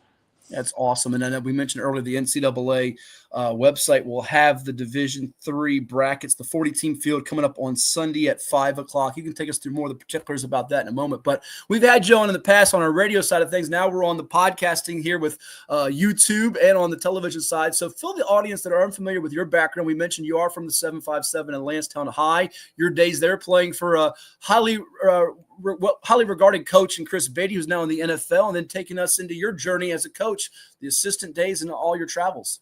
Yeah, I was really, really fortunate at Lansdowne to play for Coach Beatty and Coach Jackson prior to that. But, Coach Beatty's really the one that made me want to get into this. I was just super impressed with how smart he was. And, he wasn't a yeller or a screamer, and I knew that couldn't be me as a head coach. So that's really where I got the bug. I was fortunate to play on those really good Lansdowne teams in the mid-2000s. Doesn't seem too long ago, but, it's going on 20 years now. I was a good player. I was all-state, but I was looking for the right fit. And, some of the Division I stuff was all walk-ons, Division IIs and Division IIIs, and really didn't know a lot about Christopher Newport, but came up and really was impressed with the winning culture and the game day atmosphere, and decided to have a playing career there, and, got to have a good one, play in the playoffs, do some good things, and coached my first 9 or 10 years under Coach Couchner. Eventually became the offensive coordinator. And then when he retired, they brought in a different head coach. I went up to William & Mary and was fortunate to learn under Jimmy Laycock for 2 years there. Obviously legendary, one of the winningest coaches in college football history. And just make some great connections. And then, this is going on year 4 now, back at the alma mater, back in the 757 as a head coach. That's fantastic. Some excellent mentors when you mentioned Coach Jackson and Coach Beatty and Coach Jimmy Laycock, who rightfully so got that well-deserved spot in the Virginia Sports Hall of Fame a couple years back. I wanted to go back to your playing days. You were an all-district, all-region, all-state center. Is that right? Yep, senior year, yeah. Okay. No, face doesn't show it anymore, but yeah. Well, but you know what? I think of linemen a lot of times. They're great interviews for us, and I always equate you all as linemen, because you're still a lineman at heart, to like catchers in baseball. They end up being really good coaches or managers in baseball, and I see that with linemen. But we'll dive into that in a moment. I want to know, though, you played with Percy Harvin. You played with Damon McDaniel, the late Devion Simmons, and those Lansdowne teams that are regarded as some of the best in Virginia high school league history. When you played with those guys, did you ever sense how special it was? And now that you've been, 20 years plus here removed from it, what are your fondest memories from that time? Just the runs with the guys. I think you never know what you're fully capable of until you actually accomplish it. When Coach Beatty came in, we knew we had a talented team with all those guys you mentioned, and Ryan Goings and all those different guys, TJ Mitchell, Jeremy Gilchrist. But a Beach team had never really won a state championship. So to even make it that first year and feel like we had a chance, and then Westfield got after us, that was my junior year. And to be able to come back after losing guys and win a state championship, it just really hadn't been done before. So, you had the vaunted Chesapeake teams, the Western Branches, the Deep Creeks we knew we'd have to get through. Then, those Northern Virginia teams were rolling at the time. So to be able to bring one back to the 757 in Division VI back then was pretty cool. And yeah, I don't think you really appreciate how talented some of those guys were. I remember getting to college and we had some talented guys at CNU, some borderline NFL guys. And I was kind of like, these guys aren't that fast, because I had recollections of Percy and Damon. So I got kind of spoiled there a little bit. Yeah, and it makes me feel old as dirt now that Damon McDaniel's son, Damon McDaniel Jr., is balling out for the Maury Commodores, trying to win a 3rd straight state title before he heads off to college at the next level. And it makes me just feel old to see all these guys that now you all covered. Here they are coaching their sons coming up, and Damon going to NC Central, the younger one. But as you got to college here, and then you go through this whole coaching process, what made you want to be a head coach? I mean, what kind of burned the fires for you? Now at CNU here, you're now a veteran at this thing, and you've got one of the best programs in the entire nation. What's kind of been the keys or secret to your success, if you can explain to us? I would say just staying grounded in the job I was in, but always having aspirations of going higher. When I first got in, I just wanted to be the best, tight ends coach I could be. And I was really fortunate to move around and coach receivers and coach running backs and tight ends. And since then, I've done O-line and quarterback. So as a young coach, I was really able to see different position groups and see it from a holistic perspective. So, I feel comfortable coaching any of those positions. And I really, really think that's helped me as a head coach. Just being able to understand the game from a big picture perspective. But I'd say just keep your feet in the ground, at the space where you are. A lot of young coaches are always looking for the next move. But I always just tried to focus on being the best coach I could be. And to be perfectly honest, becoming a head coach was eventually the goal, but, I didn't know it would happen this fast or anything like that. But, I just feel like I prepared for, if the opportunity presented itself, I'd have an idea of what I wanted to do. We're chatting with Paul Crowley. He's the head football coach of the Christopher Newport University Captains, a perfect 10-0 as they march onto the 40-team bracket that will be released this weekend in the NCAA Division III playoffs, as they were victorious on Friday night by a count of 27-7 over the College of New Jersey. Coach Crowley is our guest here on 757 Sports Talk. Like, share, and subscribe to Cova Sports TV. And you've got lots of Commonwealth flavors we touched on. We'll dive into that here with your roster here and also the recruiting pieces attached to it here. Connor Berry, the quarterback out of Madison High School, 18 of 26 for 201 yards and 2 touchdowns to go with a rushing score for you. And then the final score of the game, a guy not from Nova but from the 757, and Gunnar White from Tallwood High in Virginia Beach. Tell me about those two young men and other key contributors, whether they're from VA, the 757, or anywhere. Yeah, I mean, we only got 2 guys on our roster that aren't from Virginia. We've made a concerted effort to recruit the state of Virginia. Obviously, I grew up on that football, so we felt like if we just recruited the whole state as well as you could possibly recruit it, we could, field a nationally competitive team. Just mentioning some of those guys, Gunnar White was one of our first recruits to come on board, and everyone knew how great a player he was at Tallwood. We were fortunate to get him, and the touchdown he scored last night was his 50th career touchdown for CNU now in 4 seasons. And, that's the sell in recruiting is, you can chase the D1 and go somewhere where maybe they want you, maybe they really don't want you. They're just taking you as a walk-on. You can come somewhere where, hey, you can cement your name and be in the Hall of Fame and break all kinds of records. And that was the sell to Gunnar. And, I think he'd tell you it was a really, really great decision for him. Similar, we had a kid, Colin Hart from Stonebridge up in Nova. He's been a 4-year starter. He just broke our career catches record last night. And then, Connor Barrett's been special for us this year. On the season, he's pretty much led the country in pass efficiency at any level all the way through.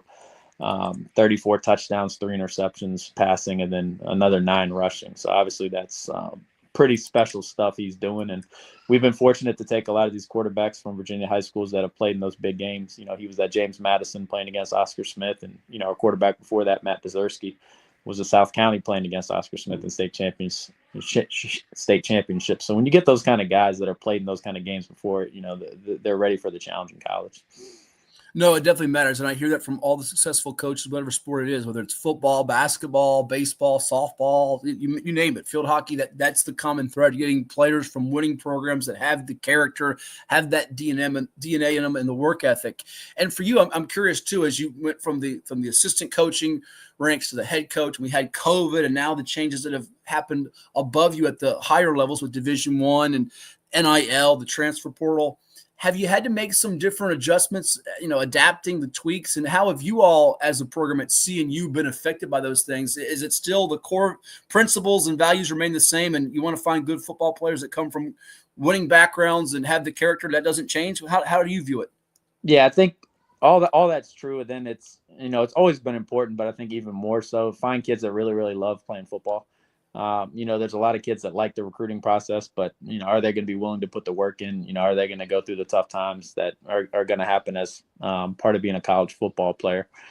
We're fortunate that, the transfer portal and all that hasn't affected us too much. We got a really nice campus and a great education. So for our guys to leave that, it would be really hard. But, it's really been the same model of just recruit Virginia kids. And, I still recruit, parts of Norfolk, Virginia Beach, and all of Chesapeake. And reason being is I know the importance of, football in the 757. It's still where we want to build the bulk of our roster. So, I'd imagine I'm one of the only head coaches that still has a recruiting area, but that's purposeful.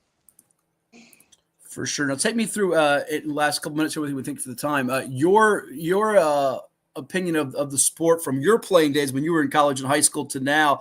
How's the game changed, if at all, and especially for your level at CNU? What's different about the sport and the teams you see? I know you're in a different conference than years ago. You can kind of explain that and elaborate that to folks that are unfamiliar with it. But what's different about it now from, say, 10, 15, 20 years ago in your eyes?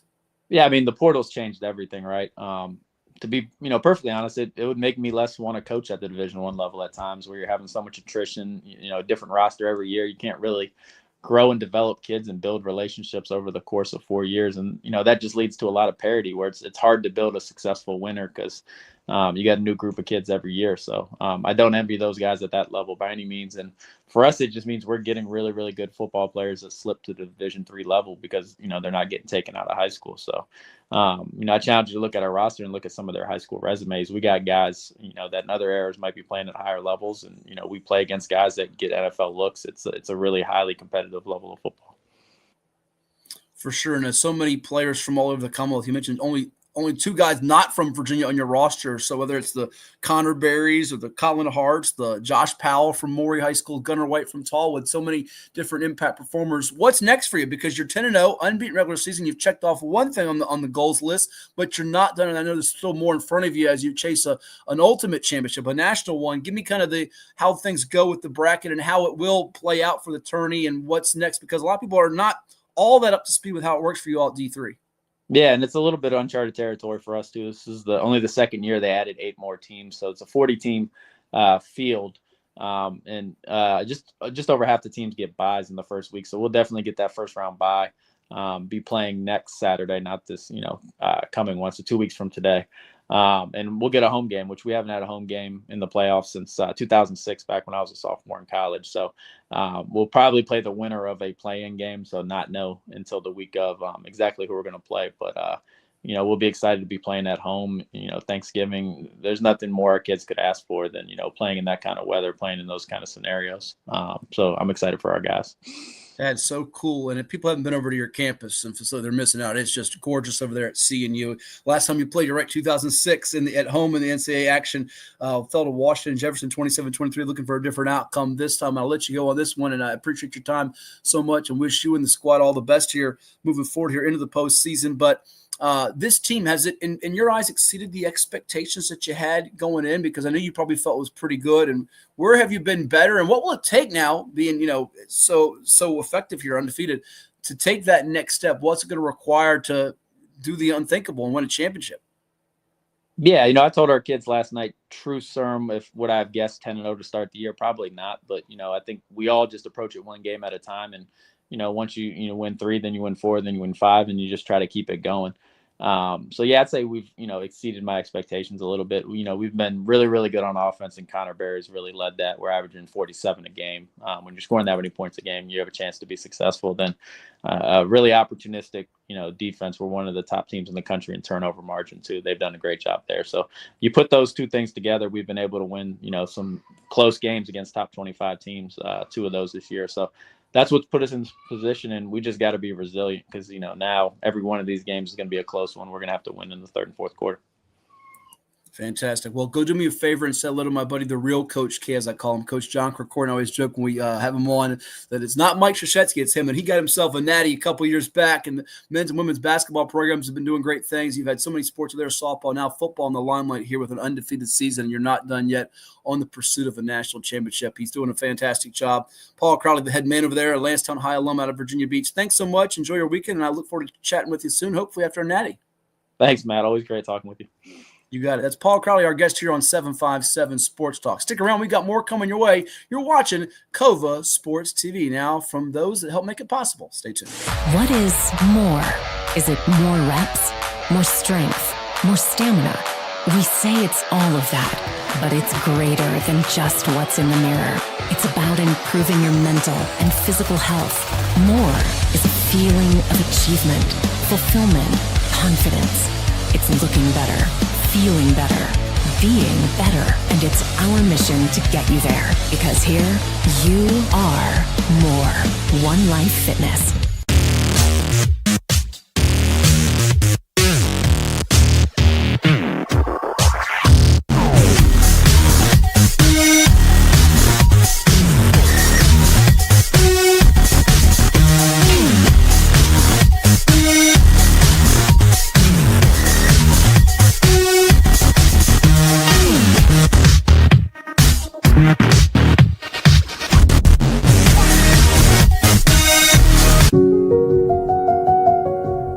As a banker at Town Bank, we believe that people bank with people, not with banks. You're looking for an actual personal relationship, and that's what you get at our bank. You get that person that gets to know you, gets to know your business, is there for you. I think that is what motivates us, what drives us. And the idea that we are trying to serve others and enrich lives, I think is very true.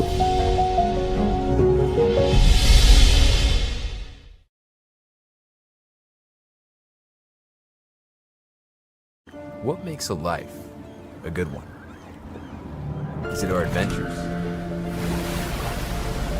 Or the friends we find along the way?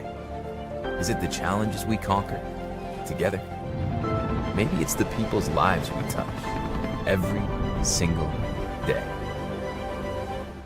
So, what makes a life a good one?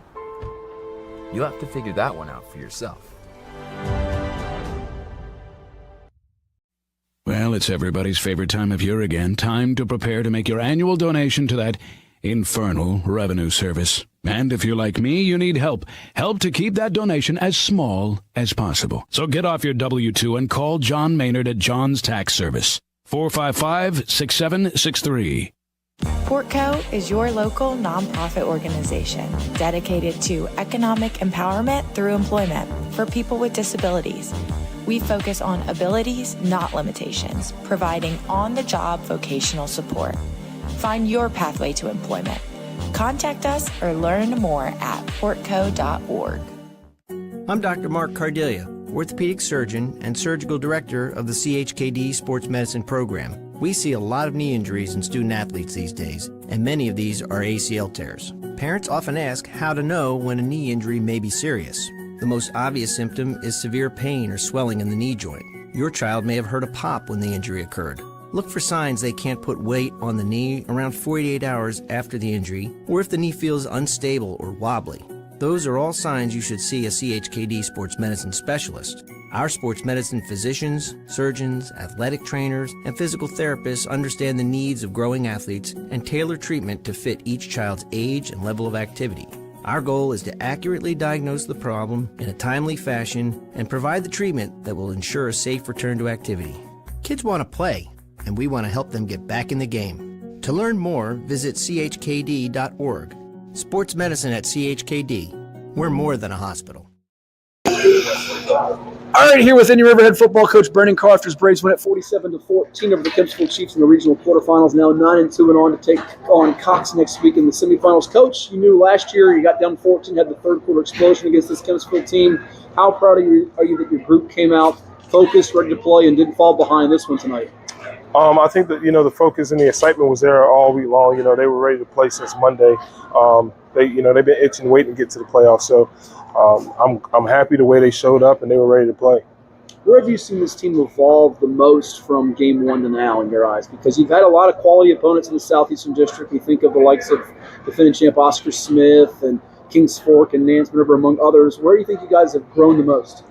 I think it's in the amount of kids that we're seeing on the field, the depth that we're building, being able to play some people in different spots and move, especially in that receiver group. You're seeing a lot of different guys be moved around in that group. So that's exciting to see, and that's definitely helped us grow when you're able to sub some guys in, spill a couple guys for a couple plays. So it's helping our depth in that standpoint. Yeah, we're seeing a bunch of different guys in the trenches step up for you. We know about certainly Corey Centerland as a two-way star for you, Jamari Horton making plays for you. Line of scrimmage didn't have a lot of miscues and really held Kempsville's physical ground attack in check most of the night.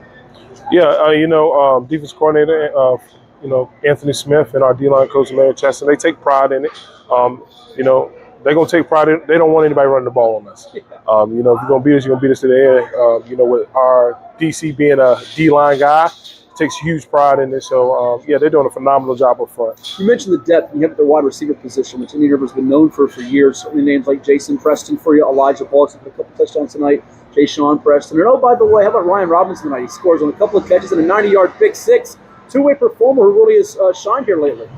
Yeah, you know how it is. Sometimes it's your night. You find your groove and you just do some good things. The ball just seems to find you, and that was the type of night Ryan had tonight. Speaking with your quarterback, the freshman who's so poised, over 230 yards tonight, 5 touchdowns again for Lord Malik Heru. It felt like the part of the plan was to let the run let the pass and the pass let the run. Did you see that when you had that nice drive? You had about 4 or 5 runs in a row, and then you hit him with some big pass plays. You had the nice balance to get some explosive plays out of it? Balance, that's what you need. Balance. This time of year, you got great balance. You can do a lot of great things offensively. Do you marvel at what this quarterback's doing for you? He's only a ninth grader, but he just continues to do some things that are pretty amazing and impressive to watch for just a kid that's, is he 14 years old, 15 years old? 14, 15 years old. He's just prepared, and he prepares daily. I've been saying this since August, how he attacks the week. He attacks like an upperclassman. So, I'm just excited to watch him play every Friday night. Yeah, you don't hear even the seniors use the word analyze, which you just said to me a little while ago. Last two lets you run here. To get this win back to the regional semifinals, what do you think that the mood of the team is right now? Because it feels like now with you at the helm, the thought is to be playing every year in Thanksgiving weekend. Is that kind of the thing you've talked to the group about, as you go into August and get ready for the cold here in November and December? Oh yeah, well, this senior class here, this will be the freshman group that came in when I got the job here. So that expectation, that standard is kind of built in. They expect to be playing in November when it gets cold. So we're going to continue to build on that, and that senior group is kind of driving and leading that force. Like, hey, this is the expectation, and we can't fall short. Sure. Lastly, I know you like to be at home next week, but you're on the road against Cox in Virginia Beach. It's the first time ever that Indian River and Cox will play in a football game. What do you know about the Falcons? What will it take to beat them? Very disciplined ball club. In scouting Kempsville, we were able to peek a little bit at them, see what they do. We're just going to line up, play football, have a great week of preparation, and get ready to try to win another game next week. Well, thank you so much. Should be a fun week with the Falcons and the Braves next week, and we'll talk to you soon. Yes, sir. And now back to Matthew Hatfield and the evil basketball coach. Blast you, Ed Young!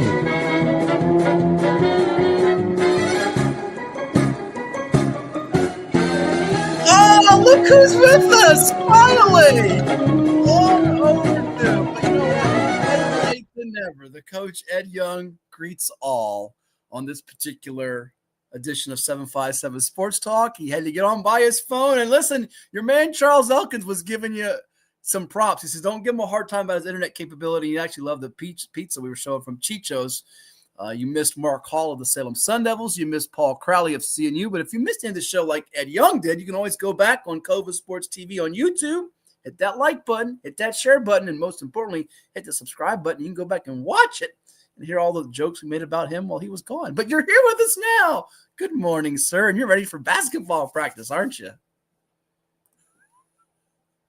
Uh-oh. We can't hear him. He's talking and we can't hear a word he's saying. Is he muted?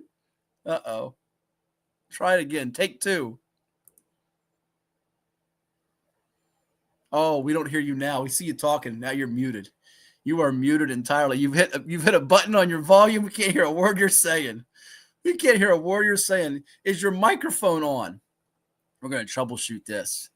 Unbelievable. We can see him, but we can't hear him whatsoever. I have no ability to raise your volume. Uh-oh, he's locked off. He threw the phone in the river, guys and gals.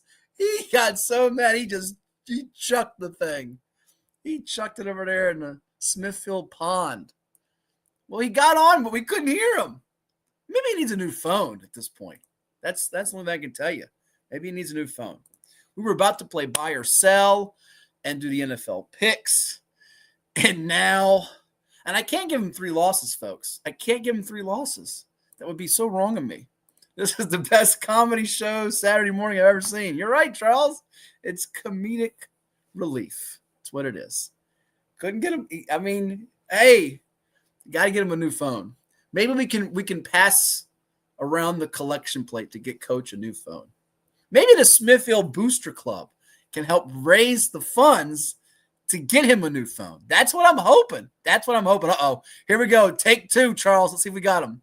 Is he with us? Can we hear you? Oh, we still can't hear you. We still can't hear a word you're saying. Now you muted yourself. Uh-oh. I see the level. Oh, we got you. Try talking. It work now. It works now. We got a win. Touchdown. There we go. We got an applause somewhere. Hold on. We got an applause. Let's give him an applause, folks. There you go. Great job. You got your phone working. And by the way, I could not hear the applause. Oh, you didn't hear the applause? But it played again. Nothing? It played. People are hearing it. You're just not hearing it. That's all. All I'm going to say is this. I am so proud of my maturity in dealing with with technology, because I'm going to be honest with you. What I've gone through in the last hour would have me arrested in most, probably 49 states, not counting. Wow. Well, Yeah. listen, I know your time is limited because you have practice at 11 sharp. So here's what we're going to do. We're going to do as quickly as we can. I wanted to promise the folks we were going to do a quick buy or sell and NFL picks. Are you equipped to do that? And just give us your analysis of the high school football later when you have time and you can exhale and hit the couch and get a nice beverage and that good OJ you like. Can you do it then for us? Is that cool? All I want to know about the playoffs, I think by my calculations, I'm one up on you. Is that true? I think you are up by one. Yes, you are ahead. I don't know if it's one or two, but you are ahead, sadly. So, yeah, you can thumbs up it. That's all right. I'll make a rally like I did in the regular season, but you are ahead. Thanks a lot to those upset picks like Broad Run, who let me down, and a couple others. But I did get you on Madison Langley. That's the only game I got you on, but I think you got me on 2. So I think you are up 1. Yes. There you go. Yeah. And I should have took Bethel over Nansman. I don't know why I didn't do it. I was afraid. I thought Tyrell Grant would play. I didn't have faith in the Bruins like I should have. David Porter and company. I should have had faith in you guys, but I didn't pick them. Hey, and it bit me. Hey, you talk about trouble. What I went through yesterday at Smithfield High School, because I picked War Hill. Oh, you did. You're right. And they saw it, and they should be mad as they should be steaming at you. I actually got fired yesterday. And through the grace of the good Lord and a few people, I got rehired real quick before it hit the media. Wow. I was destroyed in picking War Hill. Now they want me to keep picking against them the rest of the way. Pick Lafayette next week. Go ahead. Do it. Go ahead. Lafayette has a great chance to win a state title. So I saw Coach Parker.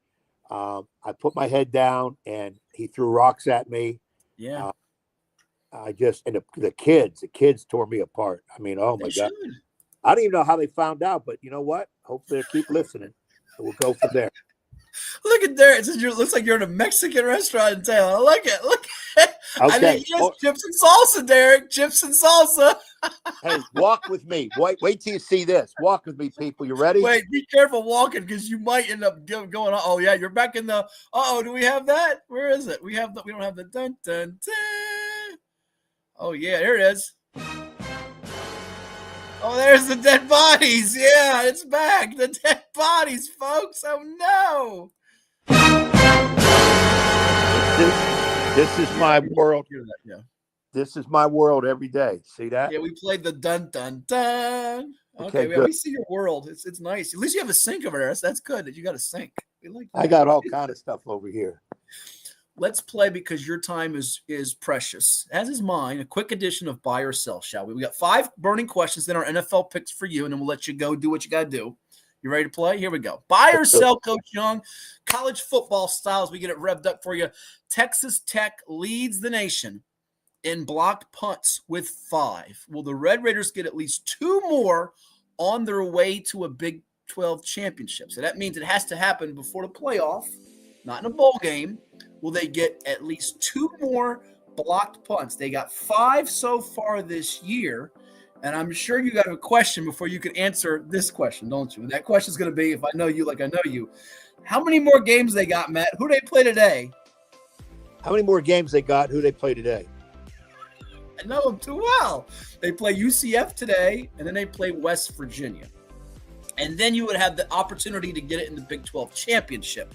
So there could be up to 3 games. Can they get 2 more block punts in 3 games? I so badly want to buy this, but the odds and law of averages say no. Sell it.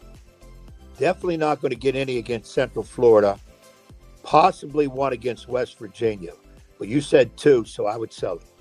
Yeah, I'm going to sell it too. We agree here. By the way, I think Old Dominion and James Madison both with 2 block punts and kicks. And how about that performance in front of the ESPN cameras for Ricky, Ronnie, and the Monarchs? They were not just Colton Joseph's been great all year long running and throwing at quarterback, but their defense just absolutely, that's as great as I've seen ODU's defense. And I didn't watch the whole game, but ever played. And they've played really well. They've been improving the last couple of years, but that was top tier, top shelf stuff right there. They got to love the way they're going after that loss to JMU. They've responded, and the loss to Marshall before that. They've responded nicely, and they're headed to a bowl and having a nice year.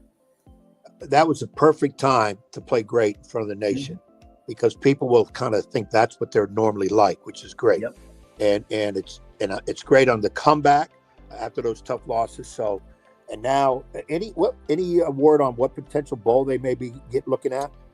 I haven't looked to see yet. It's been I've been knee deep in football playoff and of course basketball. I got a women's game coming up tomorrow at William & Mary, and I actually have 2 games in the same day next week, which is another story for another time. But I have not looked. And by the way, before we get to our second buy or sell question, I know you might have had a word or two you wanted to share on the late Jim Jarrett. We lost him, the longtime AD at ODU who passed away this week, 88.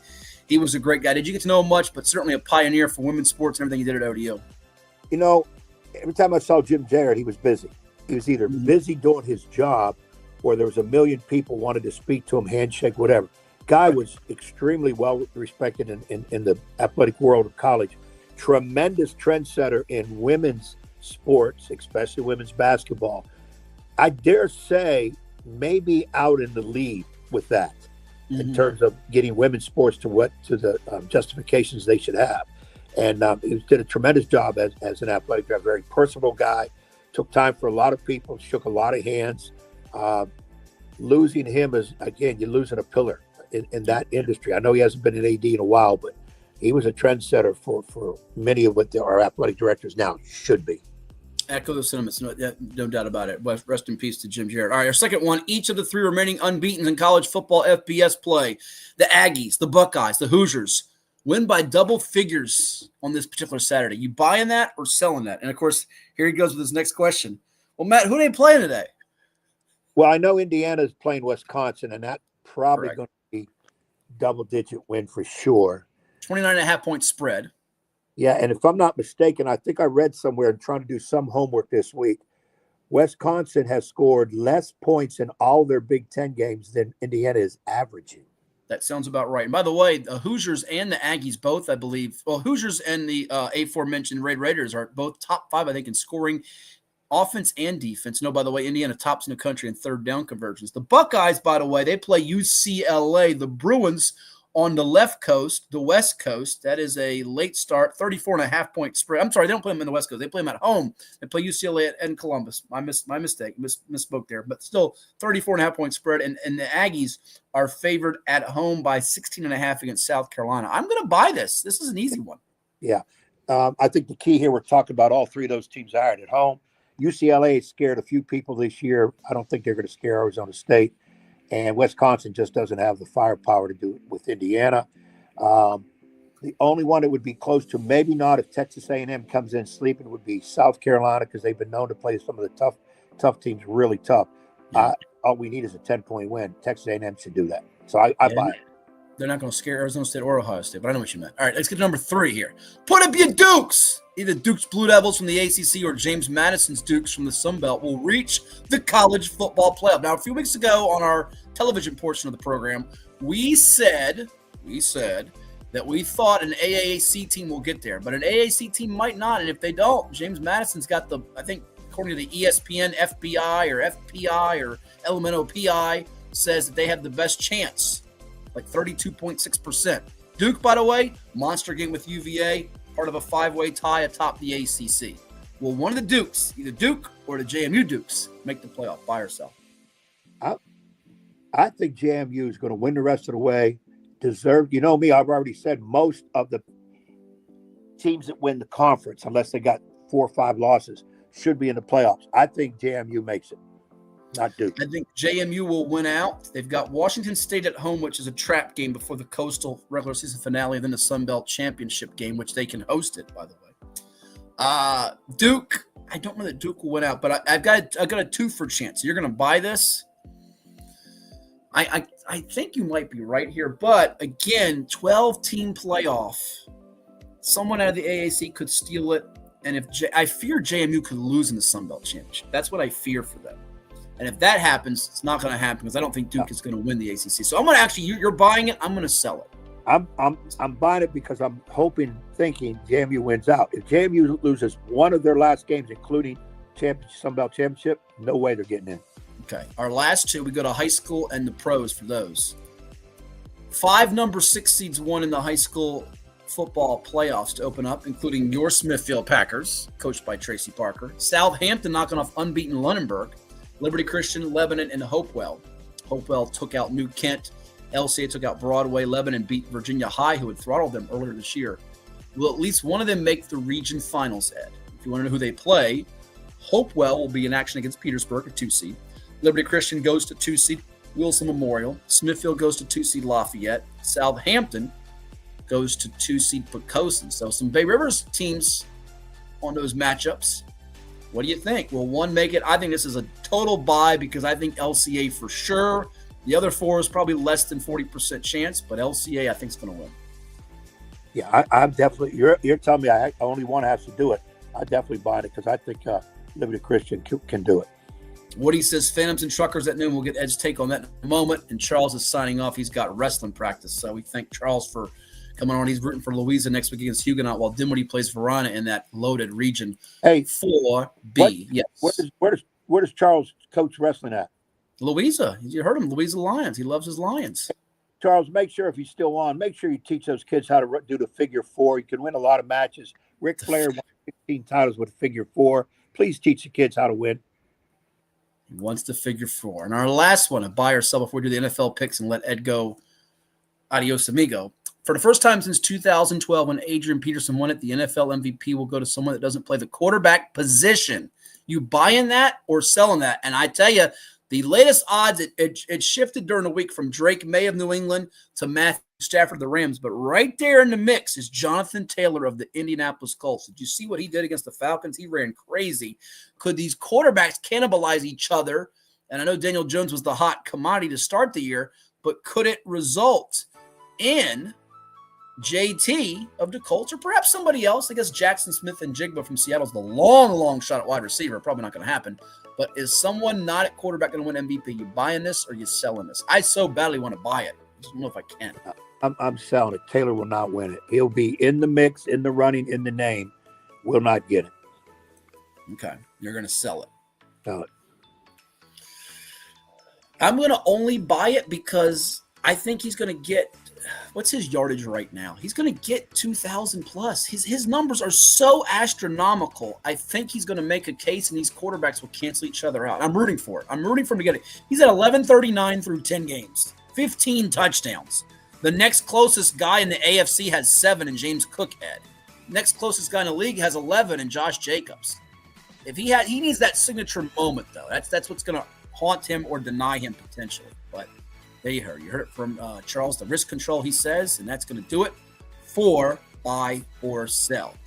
Are you ready, though, now for the NFL picks?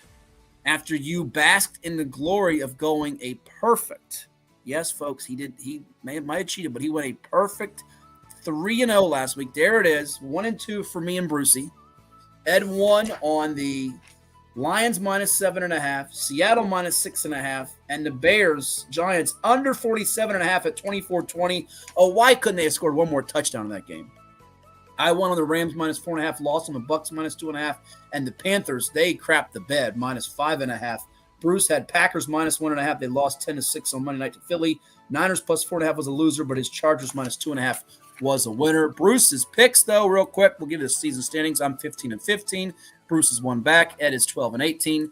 Bruce has got Packers laying the 6.5 to get the job done. He's taking them in their matchup with the G-Men on the road. He's taking Minnesota minus 2.5 against Chicago. I like that one. And the Lions plus 2.5 against Philly. I also like that one for the matchup on Sunday Night Football on NBC. All right, you get the floor first for your first pick, and I bet you haven't looked at NFL games at all, have you? I got them in front of me right now, and I'm ready to pick since I go first. Well, you do that. Go ahead. Give me. He took one I like. I like the Packers a lot against the G-Men, but who would not go against the G-Men? I'm going to give me. I haven't had success with this team, but I'm going to try it again. Give me 49ers. I got 2.5. Is it still 2.5? 49ers against the Cardinals are now 3. But since I'm in a giving mood to you today, and if they win by a field goal, I'm going to regret this later. I'm going to give it to you at 2.5, just because I'm nice today. That's about time. Yeah, all right. My first pick, I'm going to go with, in that big showdown, they helped me out last week. I'm going to go with the Rams again, minus the 3 against Seattle. I think at home they will come through for me. That's my first selection. My second pick, I hate to copy Bruce. I do like both of those games, though, with Detroit and with Minnesota against the Bears. But I'm going to go with, for my second choice, they were so bad last week against the Chargers. I mean, listless. I'm going to take Pittsburgh minus the 5.5 to bounce back and beat Cincinnati at home. Mike Tomlin, Denby High product, William & Mary grad. Get it done for me. Aaron Rodgers will not play that miserably 2 weeks in a row. Otherwise, he'll have to retire. Pittsburgh against that very, very poor Cincinnati defense will get it done. Give me the Steelers minus the 5.5. Yeah, that's a good pick. I watched that Steeler game. I think I actually turned it off because, I'm a big Steeler fan too. They're getting Raiders. They're actually like the team I do like, Raiders. Very hard to watch. I mean, it's some bad football, but I think they'll come back against the Bengals. What's your next two? I don't have, this is the one thing I don't have in front of my site is, what is over and under on Washington, Miami? I knew you were going there. It's a high total at 47.5. I don't know if it's going to get there. I think that's an underplay, to be honest with you. Yeah, and plus Daniel's not playing. It's Mariota versus Tua in Madrid, another country. You know what? The one that it could scare you is it sneaks. If you like the unders, it sneaks over if it goes to overtime. But I don't think it's going to get there, to be honest with you. Yeah, I don't think it'll go overtime. You know what? Let me have the Texans. Give me the Texans. I got 7.5. Is that true? It's now down to 5.5 at Tennessee. You wanted that? You want 5.5? Give me 5. Give me 5.5. All right, taking a road team in a division matchup. What's your next one? Another road team with your Niners at Arizona. What's your last one? You going to go with another road division team? No, yeah. You know what? I am. KC over Denver, aren't you? You're going to take KC over Denver. I want to. I heard Denver's missing a Surtain, and there's was it the number one running back is out? I believe so, but Patrick is the best corner in the sport right now, junior. I'm debating between them or the Ravens over Cleveland. Don't take that one. That's the one I've got circled. I will slap you through this. Give me Baltimore over Cleveland, baby. Yes. Sure. Yes. You jerk. Hey, I'll give you Kansas City and Denver. Go ahead. I don't want that one. Because that one's a bad hook, just like that one's a hook at 7.5. All right, let me give you an even better one. Take the Cowboys over Raiders. You can't miss it. Minus 3.5. You can't. I'm telling. If it don't work, I got the next steak dinner for you.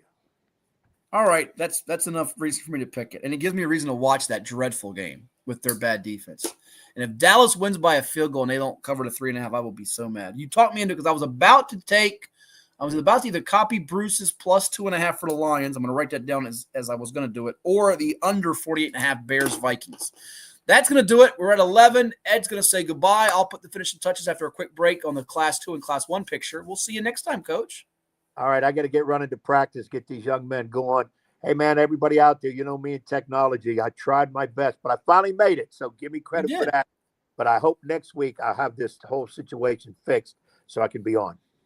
Get the whistle. Have fun at practice. We'll come back with more and put the finishing touches on this episode of 757 Sports Talk. But let's take a time out and hear from the presenting sponsors of today's program right here on Cova Sports TV.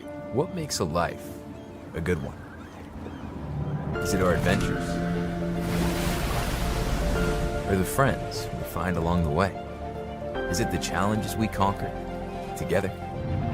Maybe it's the people's lives we touch every single day. So, what makes a life a good one? You'll have to figure that one out for yourself. What is more? Is it more reps, more strength, more stamina? We say it's all of that, but it's greater than just what's in the mirror. It's about improving your mental and physical health. More is a feeling of achievement, fulfillment, confidence. It's looking better, feeling better, being better, and it's our mission to get you there. Because here, you are more. One Life Fitness. Portco is your local nonprofit organization dedicated to economic empowerment through employment for people with disabilities. We focus on abilities, not limitations, providing on-the-job vocational support. Find your pathway to employment. Contact us or learn more at portco.org. Well, Well, it's everybody's favorite time of year again. Time to prepare to make your annual donation to that infernal revenue service. And if you're like me, you need help. Help to keep that donation as small as possible. So get off your W-2 and call John Maynard at John's Tax Service. 455-6763. It's 757 Saturday Sports Talk with Matt Hatfield and the one and only Coach Ed Young. Every Saturday morning at 10 a.m. on Cova Sports TV. From high school football and basketball to the NFL, MLB, college sports, and the NBA, if it's making headlines, they are breaking it down. Bold takes, big-time guests, and a few laughs, especially at the expense of that basketball coach, Ed Young. Catch it on Cox TV and your view, and don't forget to like and subscribe on YouTube at Cova Sports TV. Hampton Roads has a long-running high school and college sports tradition. It's time to give them the spotlight they deserve. This is 757 Saturday Sports Talk. Here is Matt Hatfield. All right, that just about does it for this episode of 757 Sports Talk on Cova Sports TV. In our remaining final minutes here, and we do apologize we didn't give enough time for the Class 2 and Class 1. They're just due, but Armstrong will win over Nottoway 49-8. They'll take on TJ of Richmond, who's been playing a lot better on defense here than they were in the middle portion or early stages of the season. Lunenburg gets knocked off by Southampton. That quarterback for the Indians, Zayden Pope, is the real deal, folks, and I think he will give Pocosin problems for a series or a quarter, maybe a half, but in the end, the Bull Islanders will get it done. Cam Stars had an interception for them. Cody Little ran really well for Pocosin, and I think along with him and Dom Galakak, that team will be ready to go, and Pocosin will move on to see. Oh, my goodness, that Armstrong-TJ game's a coin flip. I said it in the start of the bracket. I like the TJ to get revenge against Armstrong. I'm not going to bail on it just yet with their defense. You have Strasburg and Central Woodstock. You have Buckingham and Stewart's Draft. The 9-1 teams, I think, are set to collide, though Central Woodstock is very live as a 4-seed, folks. They are starting to get the things figured out on offense, and their defense has been pretty consistent here down the stretch. Glenver, Brody Doyle did not play. If he's unavailable against Radford, that could pose problems. I do think they will see Gretna in the region final in 2C. Union and Graham look to be on a collision course in that semis. And I think Ridgeview is probably liking the matchup better with Lebanon than Virginia High. I think they can run the ball and play their style of game to get on to the regional title game against that Union Graham survivor. Not even winner, I just say survivor because that could be a war. Essex Northumberland. Essex should play better defensively this go round. They had the time off with the forfeit, as did Rappahannock. I hate the forfeit situation there. That's a bothersome pill for me. Northampton, Rappahannock. I am really curious to see if Northampton can step up and play here against Rappahannock. I don't know that they can. They haven't seen the competition level that the Northern Neck District teams pose with Essex, Northumberland, and Rappahannock being 3 of your Final Four there. Alta Vista, I think, will win that region. Riverheads and Sussex Central should be a fun game that goes down to the wire. That's a sneaky good region 1B semifinal. Giles and George Wythe. That's a rematch of a game played not too long ago where, in fact, it was Giles who got the number 1 seed here over Craig County. They blitzed George Wythe 53-20. I think Wythe wants some payback. I'm not sure it's enough to get a different outcome. And I like Grayson County, though. The Rockets of Craig County deserve lots of praise for getting their first ever playoff win and having a 10-1 year here. And in 1D, East side, I think, is too much for Honaker, especially Honaker's defense. Honaker can score some points and move the ball. And Rye Cove, Chilhowie, would not be surprised to see Rye Cove get revenge for a game that they lost to Chilhowie by a count of 25-14 back on October the 24th. So there you have it. That's the picture for your Class 2 and your Class 1. And that's going to do it for this episode of 757 Sports Talk. We thank you all for tuning in. For the coach, Ed Young, and our special guests, which included Paul Crowley, CNU head football coach, Lansdowne High alum, and Green Run High alum Mark Hall III, the head football coach of the Salem Sun Devils, and my partner, Ed Young. You heard from Brandon Carr, Indian River, Lord Malik Heru, and Ryan Robinson. I'm Matt Hatfield, and we'll talk to you next time right here on 757 Sports Talk on Cova Sports TV. Have a great rest of your weekend, everyone. We'll see you 7 days or less.